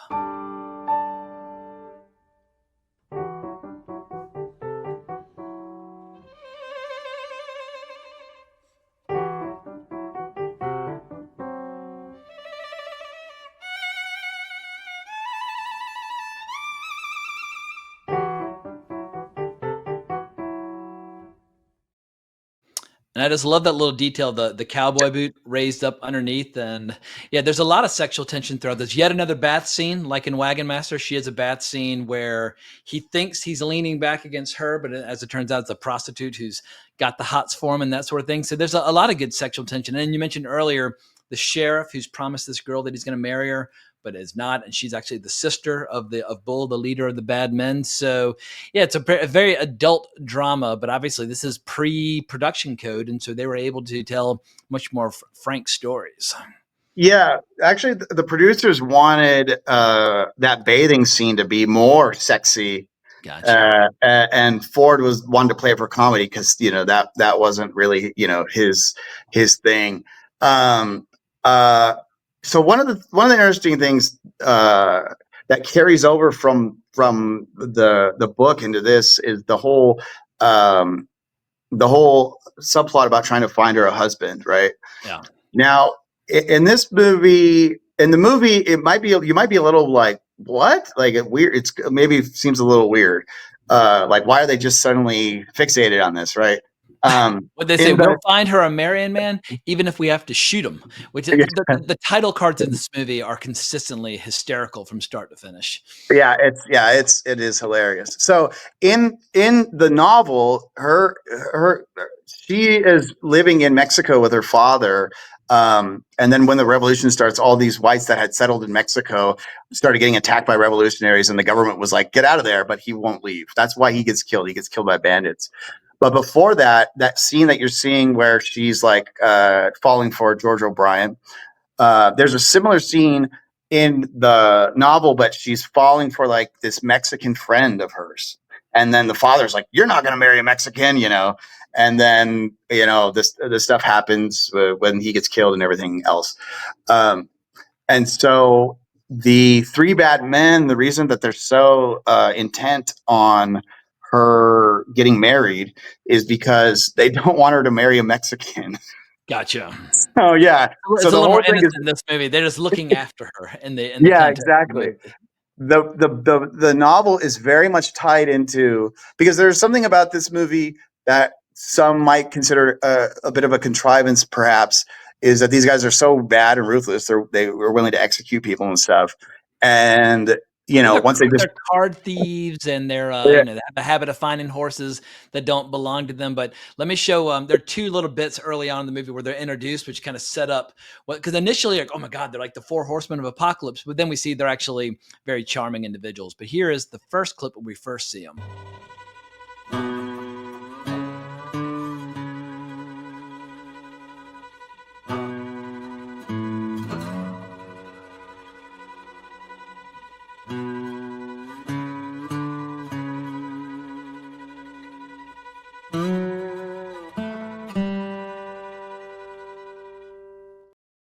And after I saw that, I was like, oh, these are gonna be some bad motherfuckers. But then we get a little more detail, and they're always arguing over their chaw and that sort of thing. So then we get a little more color here.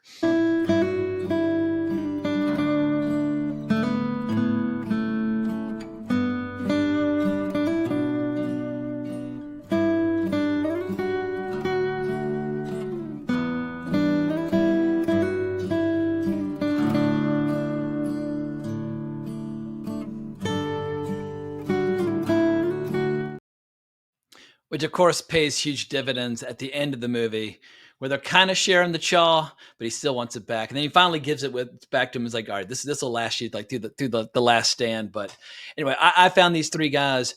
They reminded me of like what Victor McLaglen was like in like She Wore a Yellow Ribbon, where it's like that kind of like broad physical comedy. We get a lot of that, a lot of drunken behavior and that sort of thing. But you can't help but fall in love with these guys as they take on kind of like a fatherly role in this girl's life. And she's like, oh, are you going to be my men? Like, I can't pay you. And they're like, we'll work for you for free. But it's a very endearing portrayal of these three outlaws.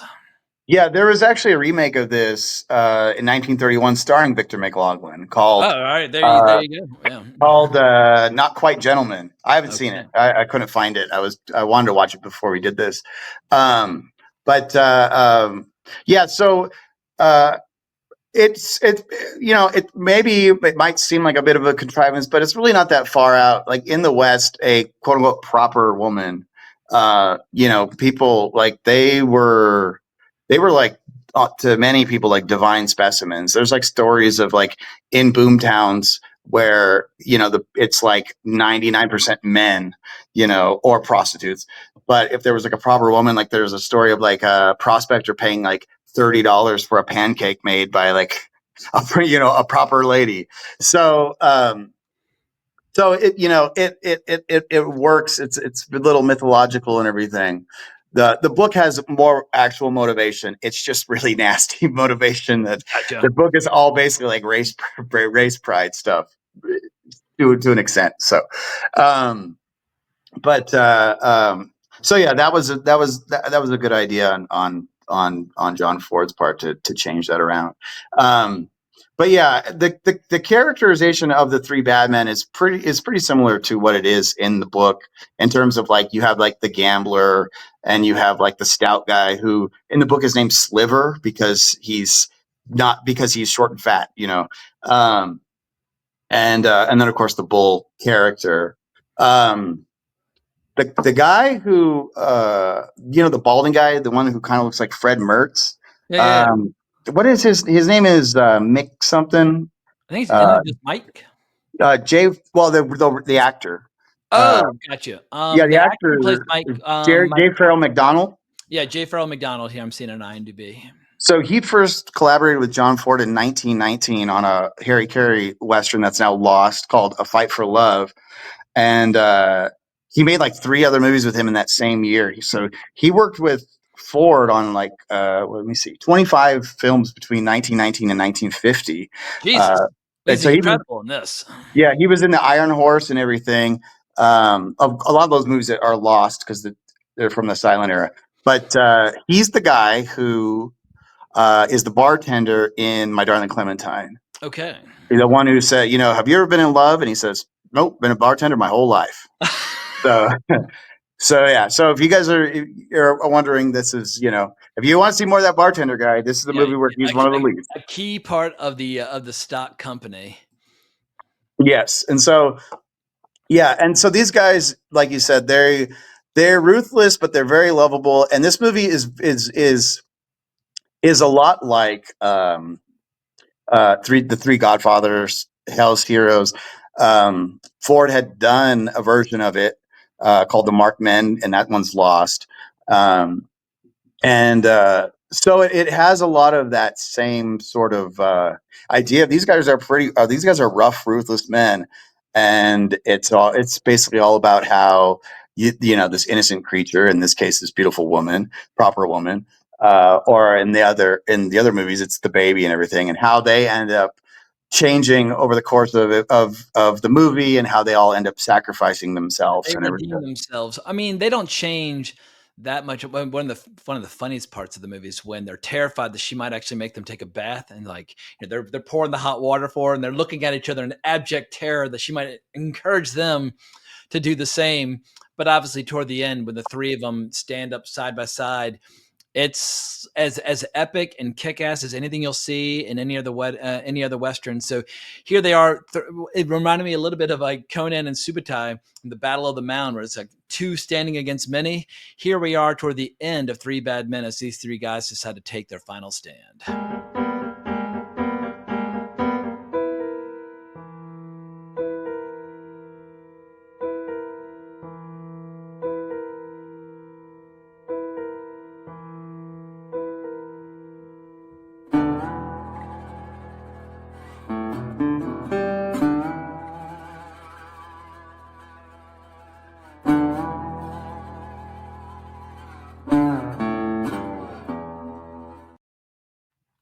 And I have to say that initially, when I was watching the version on YouTube that has this score, I don't know if this is the score that's used on the Blu-ray or not. The score is obviously recorded recently. Initially, I found it a little distracting. I rapidly fell in love with the score. I mean, when it comes to silent movies, oftentimes you have a lot of latitude when it comes to the score if they don't have like a specific score that was written for the movie. And it's interesting seeing like what kind of score people will contribute to some of these silent film classics. I fucking love the score to this movie to pieces, and it really helped sell it. I was already into it, but over the second time through, especially, the score was became one of my favorite ingredients. Obviously, the score is much more recent, but I think it blends well with the movie. Yeah, it grows on you because this is a movie that's widely available on YouTube, and everyone should go find it and watch it. There's some But shitty copies. Some people have posted it like in a 1.85 to 1 aspect ratio where they've stretched it. And I kept yeah, saying wrong aspect ratio, wrong aspect ratio. But there is a version with that score that you just heard. That's I'll include it down in the description below. It's very watchable. It's in very good condition. but like you said, I always when I first start the movie after having not seen it for a while, almost every time I'm like, is this the right version? I don't like this music. I try to find another one, and then they all have it, and then I watch it. I'm like, oh no, this music's good. It works. But yeah, at the beginning, it is a little, it doesn't give you a lot of hope at the beginning, I Well, think. if you've But seen a lot of silent movies, you're just expecting this classic piano score and that sort of thing. But we get a ton of great piano score throughout it, especially like little bits, like when we see O'Malley riding along. Like anytime he's playing his harmonica, the score kicks in and it's delightful. And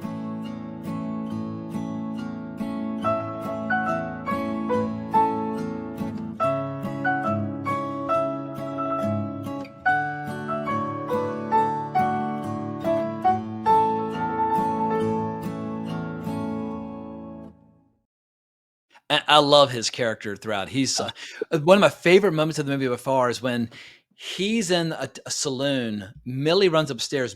Bull has not seen Millie, doesn't know his sister's there. All he sees is Dan basically defending this girl from a bunch of essentially like rapists or maulers or whatever, but he's standing in the way, and suddenly they're like throwing chairs to each other, and like once again, two against many. They're battling all these guys. The stunts in this movie, the action in this movie, totally first rate. If you enjoy all the crazy fucking deadly stunts that people were doing on the regular in the teens and 20s back in the 20th century, this movie is the mother lode. It's got no shortage of killer action, especially when that crazy fucking action set piece where the villains are like sending flaming buggies like into the church and that sort of thing. It is intense. Yeah, that scene reminds me a lot of the kind of the scene in Shane where where Shane and Starrett are fighting all the guys in the saloon and busting chairs over everyone. And speaking of, this is Ben shot. Johnson, who gets his ass kicked at that scene. Yeah, and this is also a lot of this was shot in Jackson Hole, Wyoming, and around the Grand Tetons where Shane was shot. It's also partly shot in like Lone Pine, and they built that Boomtown set. They built that in Victorville, and they basically just like lived on that set. So yeah, the way I would almost sell this movie to people is that it's like John Ford doing a silent action film in a way. It has like the beats and things of like an action film, and his silent movies, I think, are oftentimes have bigger. Well, they definitely have bigger set pieces and stuff. You know, as he went on, he became more like lower key or more efficient with things. Like, you know, you compare the big land rush scene in this to, you know, just Ben Johnson writing in Wagon Master, or even just the end gunfight, which is just so quick and blistering in Wagon Master as opposed to this. But it's fun to see John Ford playing in this area. He had done the Iron Horse before this, and that one is a much more of a serious historical film. It's still great, but it's very long, and it's very much like an important movie. Yeah. And this is very short and very fun from start to finish. Tons of laughs, tons of violence, hardcore dark sequences as well. But once again, like I said with Wagon Master, it's the full meal. It's got some wonderful contrasts. Yeah, and that's why instead of us just rehashing our old episode of Wagon Master, you wanted to have something else to kind of compare and contrast. And I think this one is a good example of that. And just in the Next year, I'm going to put storytelling. this video again and say 100th anniversary review for Three Bad Men. Because the 100th Yeah. anniversary of the release is right around the corner. Yes, yeah. Oh, and I like that you showed that shot of George O'Brien with his harmonica writing and everything, and the writers on the horizon. I've posted that on Twitter in comparison to the exact same shot, the exact same kind of composition used in The Searchers, except in that one, it's the Comanche. And so it's the opposite of him singing and he's having a great. I'm fixing on getting myself unsurrounded. Yeah. So, but it's fun to see Ford using the same visual techniques for completely different ends. The same way that he uses that push in on John Wayne in Stagecoach during his introduction, and then later in The Searchers when he's like seen these white women that have been corrupted by the Comanches, and he's just burning with hate, right? And so it's fun to see Ford use the same techniques, same storytelling techniques for very, very different ends. Yeah. So so one of the things about this movie too is this one didn't do well, and blown away it didn't do well. It's like I said, it's got so many wild ingredients. How's it possible? I guess also so many fucking movies were being made in the 20s. I mean, it was a boom time for showbiz. I imagine a lot of movies fell through the cracks. yeah, I'm not exactly sure what happened. I don't know if like bigger epic westerns were starting to kind of wane at this time. I'm not sure, but Ford stopped making them between like the late 20s and the late 30s. It just like the genre kind of fell out of favor for a little while. Apart from one of your favorites, Law and Order from 1932, which we'll be covering later on this summer. I don't,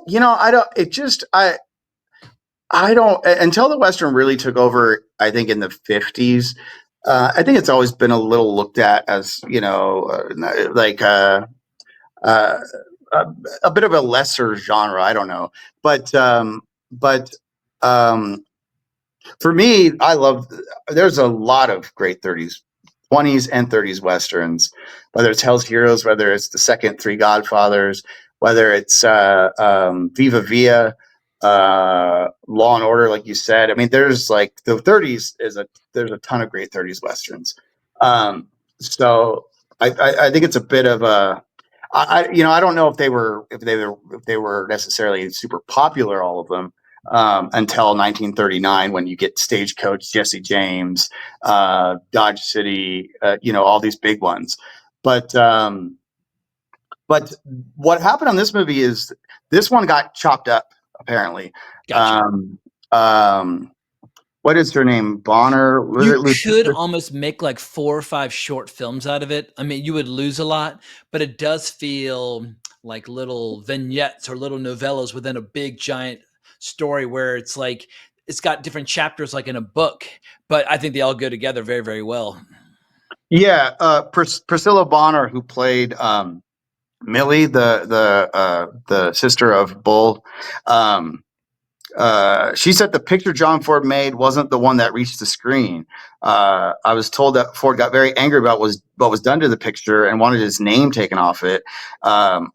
I went to the first Hollywood screening and I was astonished. Where was I? I worked on it for months. I got rich, but I wasn't in the picture. I don't think I had more than 3 scenes, just a good sized bit. There was one scene in which Lou Telegen, I don't know how to say his last name. He's the villain with all the makeup on his face. Serious eyeshadow. Yeah, there was one scene when he beat me with a large bullwhip, a really brutal scene. It wasn't in the picture. So I think that the mix of it being chopped down, and then also just not doing well, it just put Ford off of westerns for a while. Gotcha. Speaking of Millie and the sheriff and Bull, there's a scene from the movie that's almost like something out of like a Todd Browning horror film. In the late 20s, Todd Browning was making everybody talks about Dracula and that sort of thing and Freaks from the 30s. In the late 20s, Todd Browning was making some really cool horror movies, but there's a scene in Three Bad Men that John Ford made where I'm like, John Ford could have been a good director of horror movies, and here's a taste.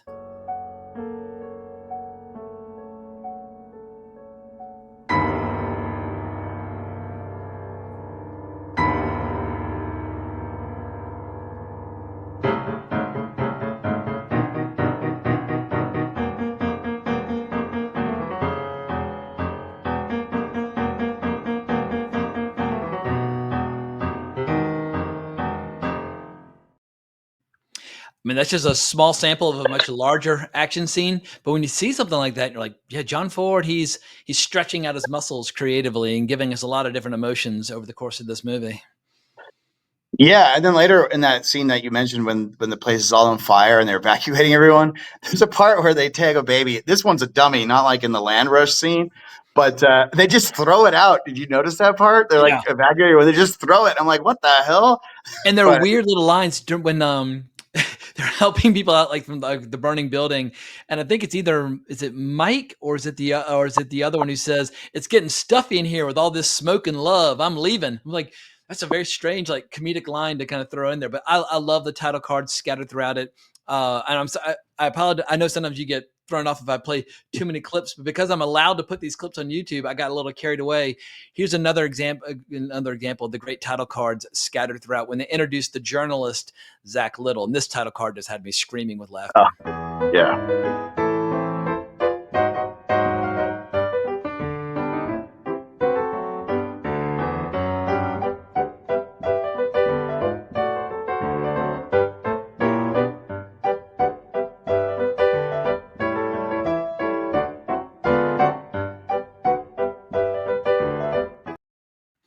I mean, that could almost be something out of a Buster Keaton movie or a Charlie Chaplin movie. It's just, it's delightful. Yeah. This movie has a lot of comedy, and a lot of people complain about Ford's comedy. Sometimes it works, sometimes it doesn't. But it works. It works well for silent films. Like the whole sequence of two of the bad men going to find a woman or a suitor for the woman, the girl, is just like, it's hilarious. I mean, it could just be a short film. Like back then, they made a lot of 1 and 2 reeler comedies. Just a scene where a bunch of outlaws are trying to find a possible husband. You could easily see the tramp being a character in that scene. Yeah, and they find that one, like this wimpy guy from, I guess, the city or something, and they're trying to find out his age or whatever, and the guy goes, "I've just reached manhood," and they're like, "You better reach again." And and then they're like saying, they also say a thing, if a man's heart is in the right place, it don't matter the sex he belongs to. Yeah. Like just like wild stuff like that. Very progressive. Yeah, they're anticipating things 100 years in advance. Yes, yeah. And then of course there's some slurs, so people should know that. But then they go and there's like a Chinese guy, and they're like, "Oh, they get killed too often," or whatever, Yeah. which Dark. is, it's dark. Yeah, it's pretty dark stuff. But so yeah, it's uh oh, and then also the part where they first get into town, and then they see like the evil sheriff and everything, and he kind of reveals that they're bad men to the lady, and they're ashamed, but she doesn't care, and then so they get like She a very prideful. proudly describes him as her 3 bad men. But yeah, for a moment, she's kind of hesitant as the evil sheriff is like, oh, he's known for this, and he's known for this, and he's known for this. But she quickly gets over it and embraces them. Yeah, and then so then they grab the guy from the crowd and like, who are you looking at, hoss face? And it's just this guy with like with broken teeth and like crooked eyes, and it's just like, oh, it's a great little moment. So the comedy in this works a lot better, and they're constantly like getting drunk, and the other guy's like telling them to to cool it with all that. That also reminded me of She Wore a Yellow Ribbon, where those guys say, "Oh, we got a man's work ahead of us," when they basically find like a barrel of whiskey and they realize it's going to get thrown out and they can't bear to do so, so they decide they just got to drink it then and there. And but John Ford loves drunken humor. It's one of his go-tos. Yes, yeah, and He was no stranger to a drink from time to time himself. I mean, he was famous for his yacht parties where between movies, he would just go on these fucking lost weekend benders on his boat for days on end. yes, yeah. So so one of the things that while I'm thinking about it, that I find funny is that maybe the limitations of the time, but they built this tent which is about as tall as a person, and then we get inside of it. It's like 15 feet in the air. Like the interior of the tent is so like absurd. But they probably couldn't film. I'm just like, make the tent bigger out on the on the exterior, but Yeah. whatever. But but yeah, you end up like loving these characters. The side plot with Bull's sister and stuff it's not terrible, but it feels melodramatic. It's sort of it's kind of borrowed from the book, but they change it from a woman that he's in love with to a sister. But he's clearly been telling her, if and when a preacher ever arrives, then I'll marry you. Then finally a preacher does arrive, and when she comes, he's like, "Oh, a preacher's finally arrived. We finally can get married."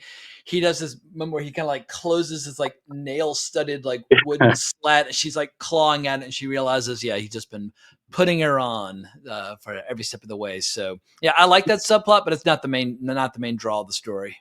Yeah, but this is interesting too, because the bad guy is a corrupt lawman. Yep. And then this is pre-code, but also I do know that John Ford made statements, I think, after World War II and his service there. He started admiring like authority and stuff more, so he felt the Politics guilt. definitely change. If you look at his movies, if you look at movies like The Grapes of Wrath and then compare it to those movies he's making in the 50s, you can definitely tell that his politics had evolved since the late 30s, where he definitely was much more of he was left of center, and then after the World War II, probably more right of center. Yeah, well, he was hard to pin down. I know at the end of his life, when he got like his big like Lifetime Achievement Award thing, he like thanked Richard Nixon and stuff. Yeah, he got his rear. I think it was at the AFI Lifetime Achievement Award where Nixon's there and says like, he promotes him from rear admiral to admiral, and it's like there's nothing rear about John Ford or something like that. But he was also very much thought the super anti-comedy guys, McCarthyist, like Cecil B. DeMille was one of the guys that was like championing like ostracizing the communists during the blacklist. And I know Ford said DeMille, I admire your films, but I think you're a terrible person or whatever. So it was hard to pin down. Also, just his treatment of the indigenous and how much he loved the Navajo and he was so proud of being part of their tribe. And he portrays them so well in this movie. And then the same year he does, Rio Grande or Rio Grande or whatever, how are you going to say it? And that portrayal is, just not great, So, he is a complicated person, but one thing that he did at least say, whether he actually meant it, is, he lamented the like romanticizing of outlaws and bad men and stuff, and so that's something that you see less of in his work. And so even when you get to something like The Three Godfathers, maybe because of the production code too, but that's so much like a very similar story to this, so much softer.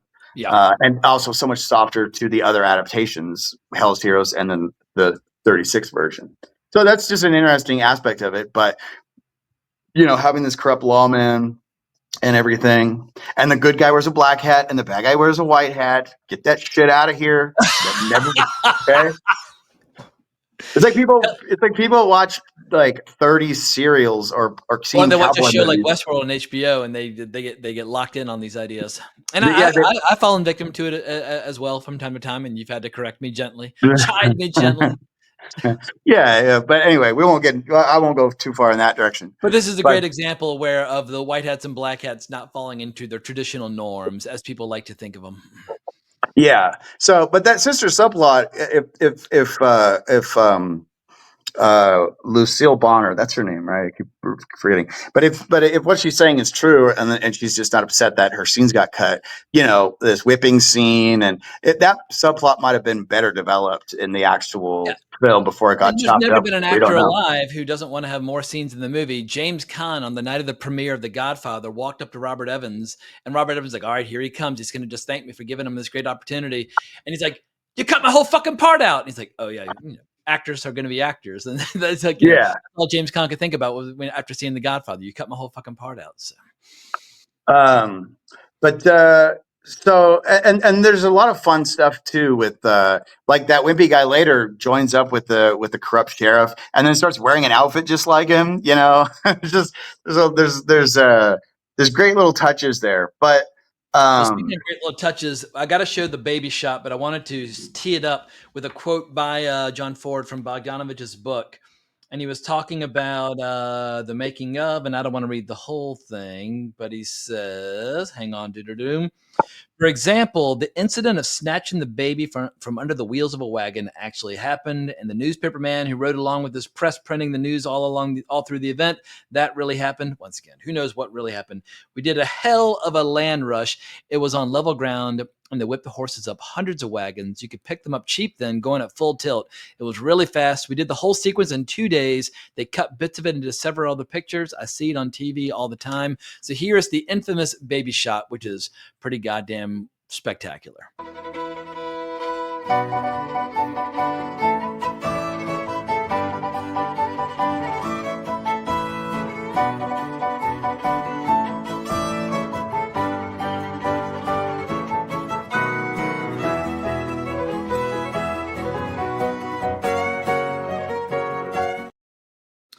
And for anyone wondering how the baby got left behind, the wheel flies off the wagon. They stop, they get in, they're replacing the wheel, and they put the baby down while they're doing it. But they're so excited about the gold rush, they take off without the baby. And we don't ever really see, I can't remember, does the baby ever get reconnected with his family, or did he just become like an adopted orphan of these hundreds of I'm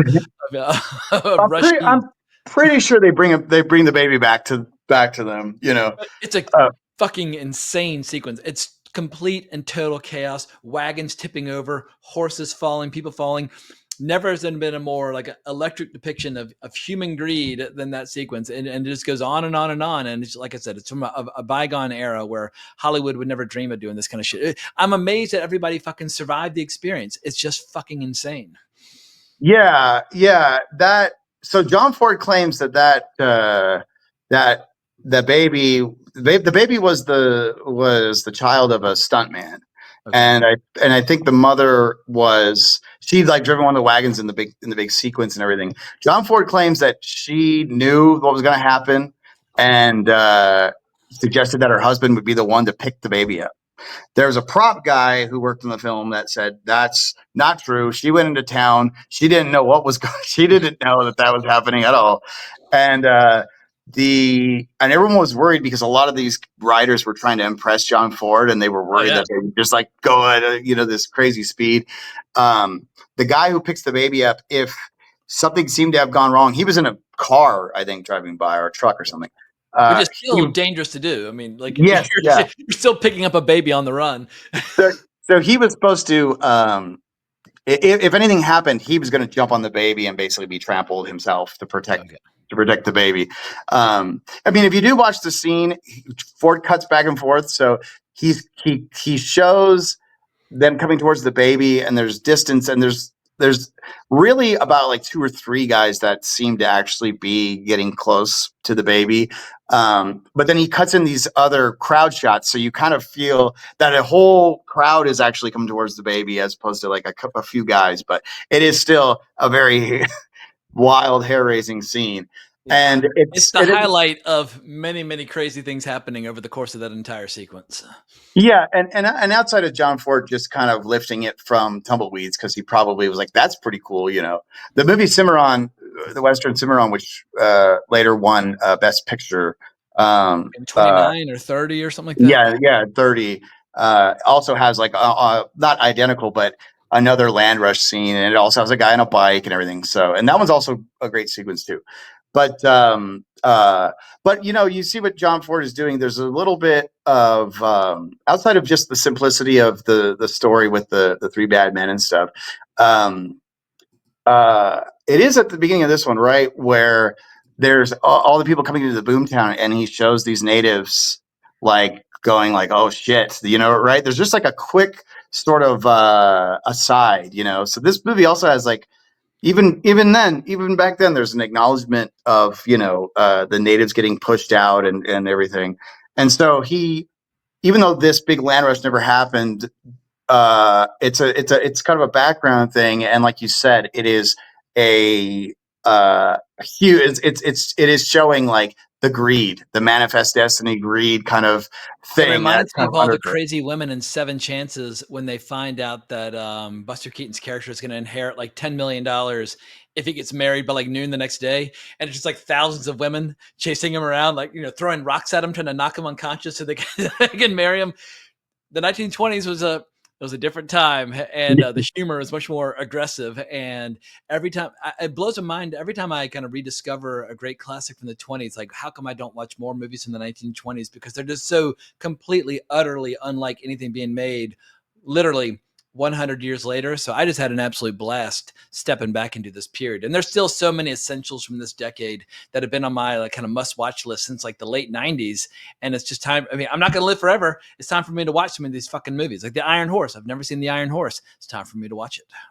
Yeah, I mean, I've really been for years now stuck in like the 30s and the silent era, the 20s and everything, in terms of like Westerns, because they never get talked about. And it is, quote unquote, the Wild West in terms of like, they're trying all these different things that eventually, once the genre gets a little more codified, like really essentially in a way after 1939, you stop seeing a lot of these wild swings and everything. Yeah, but the innovation was happening earlier. From like basically from the time of like the Great Train Robbery in 1903 up through the 20s.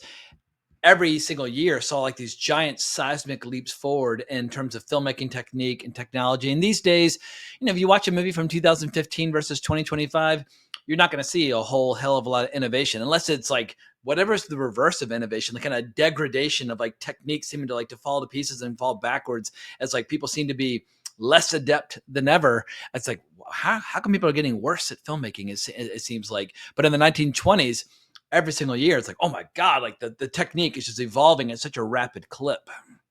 Yeah, not only even just the technique, but just the stories that they're telling, and not only like in many ways like how ruthless and violent they can be, but even just the acknowledgement like John Ford is famous for the whole, when the legend becomes fact, print the legend, right? And people take this as a big, wow, amazing statement about the Western and the myth making and stuff. Like And of I course, said, they're always misinterpreting what the hell's the actual point of those scenes. yeah, but like I said, even in this, you have the newspaper man who is in the middle of it, printing on a printing press during the land rush. Or if you watch like Viva Villa, who in that movie, there's a newspaper man that's following him, and he misreports that he's taken a city, so he decides to take the city just to match up with the newspaper. And then when he's dying, he's talking to the newspaper man and asking him what his last words are. That's myth making. Like that's on such an insane like level of not only humor and irony and everything, but that's an even crazier statement about the myth making in the West, or than print the legend or whatever. Yeah, and for people who don't know what we're talking about, the line comes from The Man Who Shot Liberty Valance, but it's also a scene or an idea that's touched upon at the end of Fort Apache, where a journalist is asking John Wayne about Henry Fonda's last stand, and he's giving all these incorrect details, and John Wayne, who's kind of dead inside and dead in his expression due to the loss of all these men, unnecessarily saying, correct in every detail. But like the whole point is that the audience is just seeing what really happens. So he's teaching us to look beyond the headlines, to look beyond the myths. But people love to cling to oversimplified points of view or narratives. And so, yeah, I think sometimes people like to have oversimplified takes on John Ford. And as you've pointed out many times, he's a complicated guy, and his movies are complicated too. Yeah, and I love The Man Who Shot Liberty Valance. I'm not throwing shade at it, but I like it so much that I have to have 2 copies of it on DVD. One of it's just still in the plastic. I don't know why I've got 2 copies, but for whatever reason, I got one that I never even opened. But it's time for me to buy the Blu-ray for it, and we will tackle it at some point on this channel. Yeah, and it's one of the great westerns. But people are like, "Wow, this is a really developed, bitter take on Western myth making." And it's like, no, Fort Apache has a way more bitter take on that. Yeah. And not only that, but Fort Apache doesn't have to have a character literally say, "When the legend becomes fact, print the legend," which is, to me, a little on the nose. I think John Ford was usually a little more elegant than that. So fuck that line, and fuck people that try to use it against me on Twitter. No, I'm just Absolutely. kidding. whenever I put any kind of historical stuff, someone always puts print the legend. It's like, cool, you've seen that movie. What am I supposed to do with this? If you've done that to me, it's okay. I love you. If you follow me, if you've done that, it's all right. Yeah, I mean, I'm not going to bust anybody's chops for enjoying John Ford movies on any level. At least they're watching John Ford movies, but it's just I would always implore people not to look for the simplest answer to his movies, because I think a lot of his movies, some of them appear to be simple on the surface, but it's deceptively so, and there's a lot kind of boiling underneath. And as you get into his movies like The Grapes of Wrath and How Green Was My Valley, and some of his World War II documentaries, you realize he was just he's one of the true giants of this art form that we love so dearly. I mean, not that Academy Awards kind of like set filmmakers apart or whatever, but there's a reason why he won Best Director 4 fucking times, which I think is still a record to the present day. He is one of the great giants from the 19 teens, basically, up through the late 60s, where he died in the early 70s from stomach cancer. But I think he was his last movie like 1967, but for basically 50 years cranking out this enormous body of work, and oftentimes cranking out like 3 to 10 movies a year. In some cases, his productivity was just fucking prodigious. Oh yeah. And so this is like I said, of his silent films that have survived, at least the silent westerns that I've seen. I mean, like, at least by the time he got to Three Bad Men, he was all of everything that we credited him with was there. He's cooking. He's already cooking. It's all there. It's one of the, like, I'm glad you like it so much, because it is it's so entertaining it's like an action film, but it has a lot of humor and pathos and poetry to it too. Yeah, But from now on, when I talk about my favorite westerns by John Ford, I will mention Three Bad Men in the same breath as all these other movies that I've got on Blu-ray that I love so dearly. But yeah, when I get Three Bad Men, when it arrives in like a week or so, I will proudly display it next to all these other flicks that I've seen these movies so many times, because in the late 90s, must have been, I think 1997, when I saw Stagecoach, which I think was the first John Ford film that I saw. And I just fell in love with it. And so I just watched Stagecoach 100 million fucking times. But at a certain point, it's time to branch out and watch some other ones. So I think I've just been sleeping on the fact that he's got more to his name than just the obvious films. But I guess the first ones that I saw were Stagecoach, Fort Apache, and The Searchers. And because I just discovered those early, I just have returned to those again and again and again. And so they're very near and dear to my heart. yeah, I most of his silent westerns that survive are available on YouTube. Search them out. Straight Shooting is great. I mean, the What's Iron his, Horse is great. what's his best Harry Carey Sr. one that survives? Is it Straight Shooting or? I yeah, I would say Straight Shooting. Yeah, but yeah, but like getting into, I guess, spoilers. The three bad men die, but I think we spoiled that like 30 minutes back, but yeah. yeah, yeah. But And I love how one of them, he's smoking the pipe and he's like, I'm going to fool him. I'm not going to die with my boots on. He takes his boots off and the bad guys all come in and he's sitting on like just like a powder keg and just boom, just blows them all up. It's fucking awesome. And yeah, I mean, and if you like famous last stands, basically the last 20 minutes of this movie is just completely fucking insane. It's all insane from the moment the movie starts and you're seeing boats sailing across the Atlantic Ocean as people are coming to America to go prospecting for gold. It's 95 minutes of just batshit insanity. And some of it's poetic and some of it's humorous and some of it's sad and some of it's exhilarating. It is a wild fucking ride. And yeah, if you think you've seen all the great John Ford Westerns, but never seen any silent movies like me, you're living in ignorance. And you've got, the good news is you have a really cool movie experience in front of you. And you can just go on YouTube. And once again, the link will be in the video description below. Watch right now, and you can thank David Lambert later, because I would not have seen it if not for his gentle urging. yeah, and the way he does every, each of the bad men's deaths, it comes very close to the book. Although the gambler is the one who blows himself up. And there's a whole thing. The book is a lot actually like the Wild Bunch. Gotcha. They're the gringos who go over the border and they get roped into rustling cattle from Americans by this bandit guy and everything. But he before, so he's that guy. He steals a train in it, and then he gets to the train station that's full of gunpowder that's been shipped there for the revolution, and it basically plays out, like in the movie. But like. So like when the gambler with the top hat who ties his hat on like Ward Bond in The Searchers, Totally. um, when he's like staying back to fight him after he's been injured and stuff, there's this beautiful shot where he's like laying there dying, and the guys are riding past him. I don't know if you remember that, but it's very much like, it looks like something from Kurosawa. Obviously, Kurosawa was hugely And influenced. some But say or claim The Hidden Fortress is loosely inspired by Three Bad Men. yeah, I don't know. Yeah, maybe, but At least that's what they claim on Wikipedia, because like the name of the original Japanese name for The Hidden Fortress is like Three Bad Men in the Hidden Fortress. oh yeah, that's true. Yeah. Yeah, so, but Um, and there's that great picture of Kurosawa visiting him on the set. I think like in the 1956 or 57. But yeah, there's some great mutual admiration between those two giants.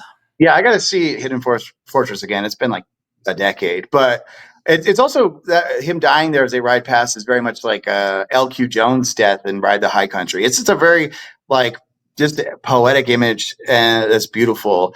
And And then speaking of L.Q. Jones, the relationship between the two drunkards of the Three Bad Men is very similar to Strother Martin and L.Q. Jones in the Wild Bunch, where these two guys obviously don't have a lot of women in their lives, but it's a very close, warm relationship. And when they say goodbye to each other, it's like, yeah, it's like they're pards, they're partners, and they have a very warm, affectionate relationship. But obviously, it's a very heartfelt farewell as they part ways.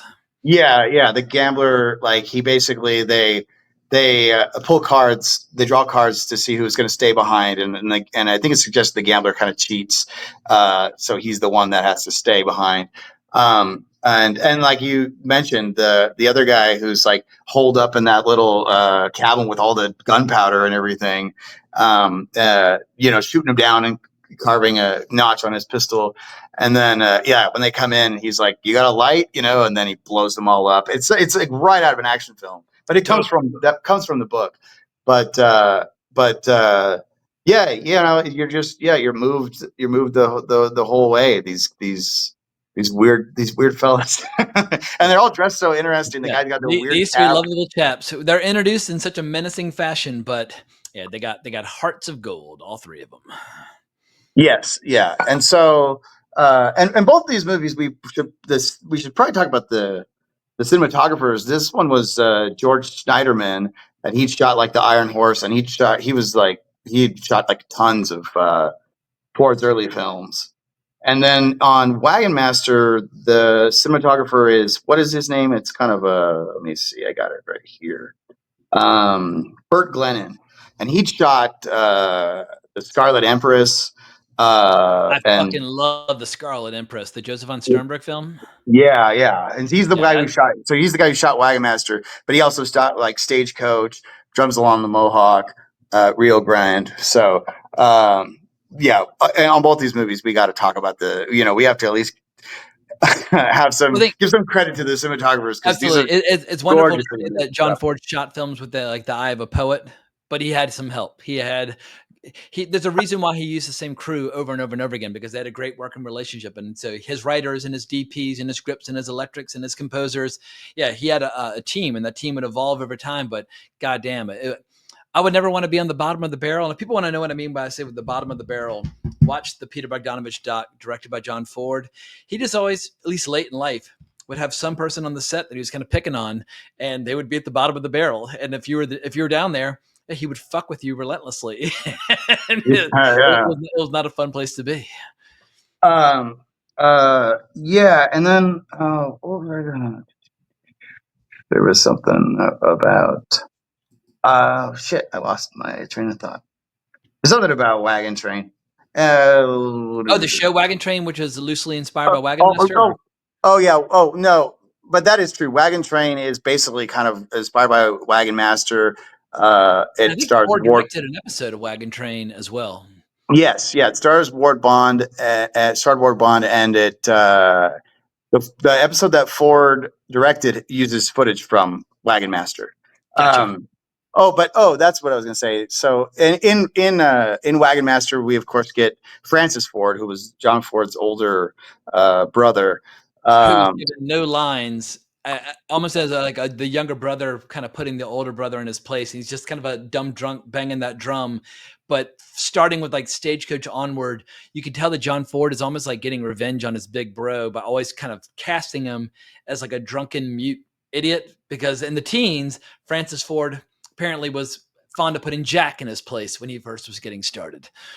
Yeah, he basically kept Francis Ford. He basically kept him with work. He gave him work continuously, so he was helping him out, but it was always in a subordinate, a dumbass, silent sort of role.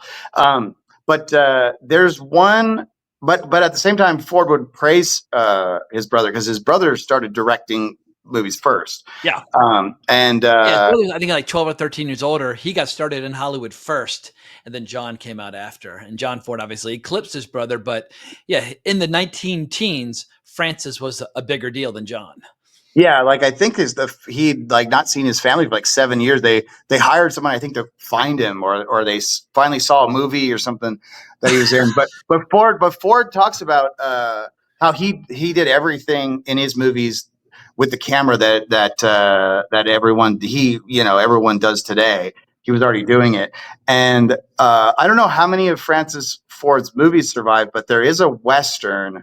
I can't remember. It has a generic name, like something, Riding the Trail or something. I'll have to find. I had it somewhere here. I'll let you know. But it's you can find it on YouTube. That it has like a weird guy narrating it about the making of it. But I'm seeing here in IMDb, Francis Ford acted in 495 movies. And it says that he directed no fewer than 180, but his last directing gig was in 1928. But starting, I guess, as early as, let's see what Francis Ford's first directing gig was, according to IMDb. If you scroll down to 1912, so from 1912 to 1928, directed 180 movies. So yeah, Francis Ford made his mark. It's just less well known than his baby bro. it's called Blazing the Trail, and so it's Okay. available. It's for 1912, and it's interesting because it has somewhat of a similar setup. It's about a wagon train, and they hire this guy on, I think Francis Ford plays the main guy, maybe, but then these Indians attack. And then they kidnap this lady, and then he goes in hidden. He disguises himself as an Indian and goes to try to save her and stuff. But it's very interesting to see these shots, the things that he does, but also how many not only shots and things, but also elements reappear in Ford's own work, John Ford's own work, not Yeah. Francis. So you'll see stuff from Wagon Train, you'll see stuff from the Searchers and stuff in it. So it's called Blazing the Trail, 1912. You can find it on YouTube, but there's a guy talking over it, so just turn him down if you want. Gotcha. So, but yeah, so he's always good to see in movies, and he shows up in like the Texans. He's always, even in other people's movies when they would put him in stuff. Francis Ford, they were always casting him kind of the same way that John Ford did, always kind of the silent dumbass. So Yeah. Hey, he's like someone who's always kind of laughing and doing something silly, but I'm sure he was happy just to get the paying gigs. Well, as a way of kind of to kind of bring this video in for a safe landing, what are going to be some future topics for us to tackle? You and I are talking about we're going to do Law and Order because of the big Blu-ray release coming this summer. I know at the end of 1950 is the 75th anniversary of the gunfighter. That could be another fun. We already tackled it once in audio format, but maybe we could do another double feature video where we pair the gunfighter with another movie and do a proper double feature 75th anniversary review. yeah, we could do that. I don't know. Just thinking now, we could do Ford's Cavalry trilogy. Oh yeah, totally. Yeah, I mean that would be a no brainer. I mean, I Fort Apache I ranked the highest, but I love She Wore a Yellow Ribbon. But Rio Grande I saw once on DVD like in 1999. I have not seen it since. So, but as you mentioned earlier, it's got some issues, but we can obviously crack those issues wide open.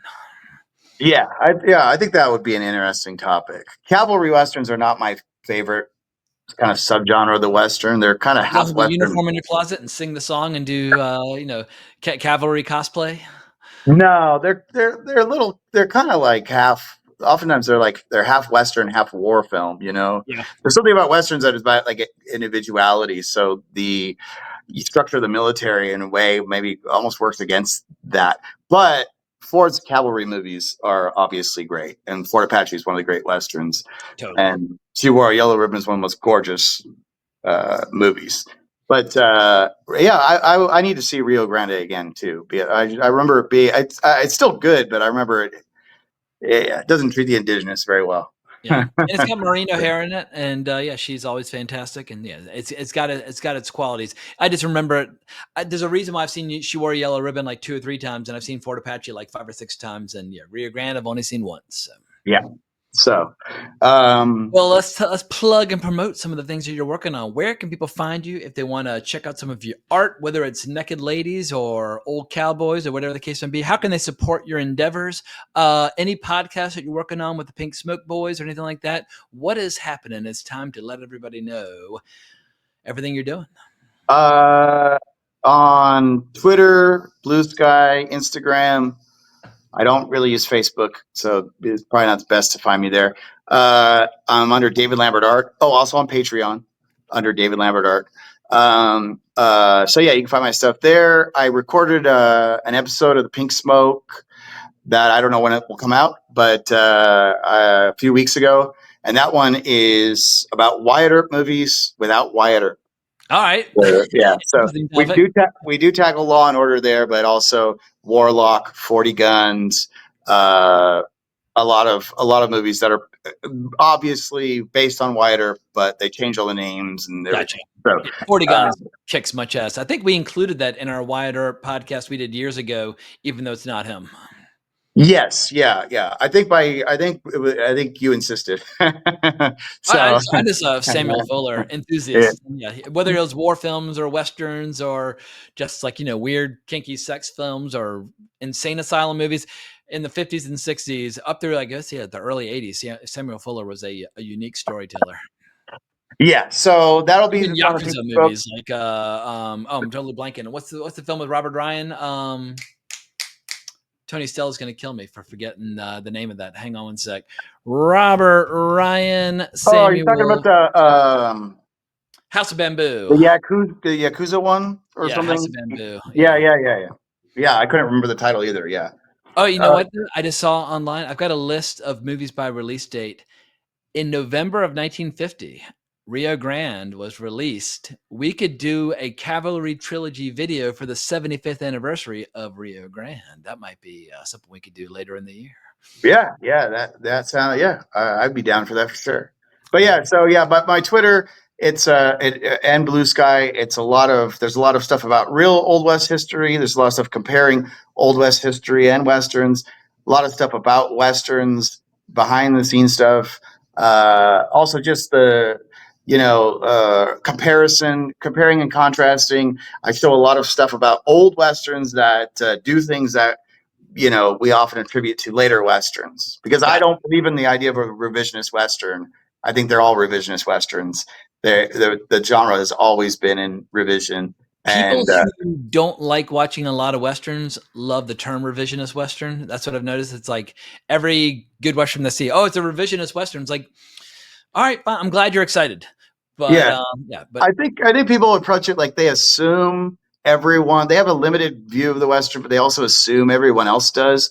So when there's a western that's good, they always have to be like, it either originates things or it does stuff no other western does, or it's not what you think, And obviously, there's a lot of mediocre westerns that follow formula, but there's nothing new under the sun, right? So so I like to dig into that stuff. I think it's interesting. So I cover the whole gamut, the whole genre. Not a lot of stuff about singing cowboys, but well, otherwise, one of these days we will have to tackle some singing cowboy, even if it's just Tim Blake Nelson in that Coen Brothers flip that came out a couple of years ago, where the opening short, which I can't remember the name of the character that he's playing, but what was the name of that? I'm blanking. What was the name of that Coen Brothers Western anthology that came out a couple of years ago? the Ballad of Buster Ballad of Scruggs. Buster Scruggs. That first short, singing cowboy, and it's hilarious. So. Oh yes, yes. Oh yeah. So and then also there's a podcast that I've guested on, and I'm going to be guesting on. I was on there for the first episode. It's called Tumbleweeds and TV Cowboys, and it's just a podcast. It's a weekly thing, and the guy has different guests on, and they just talk about either a Western film or a Western TV show. And so I did one that was all about Frontier Marshall, the 39 version that is the basis for My Darling Clementine. And I kind of, not only talk about how that movie, which is the first official Wyatt Earp movie where they were allowed to use his name. Does that have But Randall Scott in it, or who's in Frontier Marshall? yeah, it's Alan Dwan directed Speaking it. of which, do Yes. it Oh, for Randolph Scott. I gotta always plug the shirt. yeah. So that I think that's a good episode. I'm going to do a lot more about the limitations of Frontier Marshall and how that led to a lot of the poetry in My Darling Clementine. So there's an interesting. I think there's a lot of interesting stuff there. I'll delve more into it on Twitter, but I think that episode's really good. And then I'm going to be doing an episode in a month or so where I'm going to cover. I think I suggested it to you one time. I'm going to cover 3 Western films that were based on Western TV episodes. So The Hunting Party, which is based on an episode of The Big Valley, And we surprisingly. tackled that on Yeah. whatever Bastard Sons of Sam Peckinpah episode, I think. Yes. And then I'll talk about Will Penny and its relationship to the episode Line Camp from the Westerner. And then I'll talk about The Hateful Eight and its relationship to the episode of The Rebel. which is called Fair Game, I believe. So Gotcha. yeah, We never tackled Hateful Eight together, but we did tackle Will Penny together. And Will Penny was another discovery that I made through you, where I wouldn't have seen it otherwise. Will Penny kicks much ass, and people should definitely hunt it down. Yeah, so look for those. Find that episode. But if you like westerns, I think that's actually a really solid podcast. Tumbleweeds and TV Cowboys. I hope that's the name. All right, fantastic. Well, we hope y'all have enjoyed this episode. If you've not seen Wagon Master nor Three Bad Men ever or in a long time, definitely revisit them. They hold up extremely well. If anything, like people always use that expression, like, does it hold up well like 50 or 60 years later? Sometimes I think like they hold it's better than holding up because they're so vastly superior to a lot of the movies coming out today. It's like, no, do the movies of today hold up in comparison to the great movies of the past? That is the question you should be asking. I think most of the movies of today compare very unfavorably. And so I feel like it's a false comparison that a lot of people make, where they just assume that something is new is automatically better. It's like, no, if something's new, it's a pretty good chance that it's going to completely suck ass, but maybe I'm just getting old and bitter, and it's distorting my view. I basically, I just watch westerns, so obviously I agree with that sentiment. Yeah, is it dated? No, I want it to be dated. I want the classic storytelling of Dated these like movies. back when shit was good, like fucking Three Bad Men, 100 years ago, 99 years ago. Yeah, and like I'm saying, like getting into the 30s westerns, getting into these silent westerns and stuff, you'll be shocked at how many of them are so good. And how many of them I think rank among the best westerns of all time. I think this one does. Wagon Master, I think obviously does. But Three Bad Men, Hell's Heroes, the 36 version of Three Godfathers. There's a lot of stuff to find. The canon is never set. I think sometimes people think, oh, we know what are the great westerns and then the great gangster movies, the great historical epics. Movies do slip through the cracks, and they need to be revisited and reappraised. And yeah, Three Bad Men, put it into the mix with any of John Ford's great movies. I think it compares very favorably. Yeah, you might go in it thinking you're gonna have to take your medicine, but no, it's a nice shot of whiskey. It's a hoot and a half, without a doubt.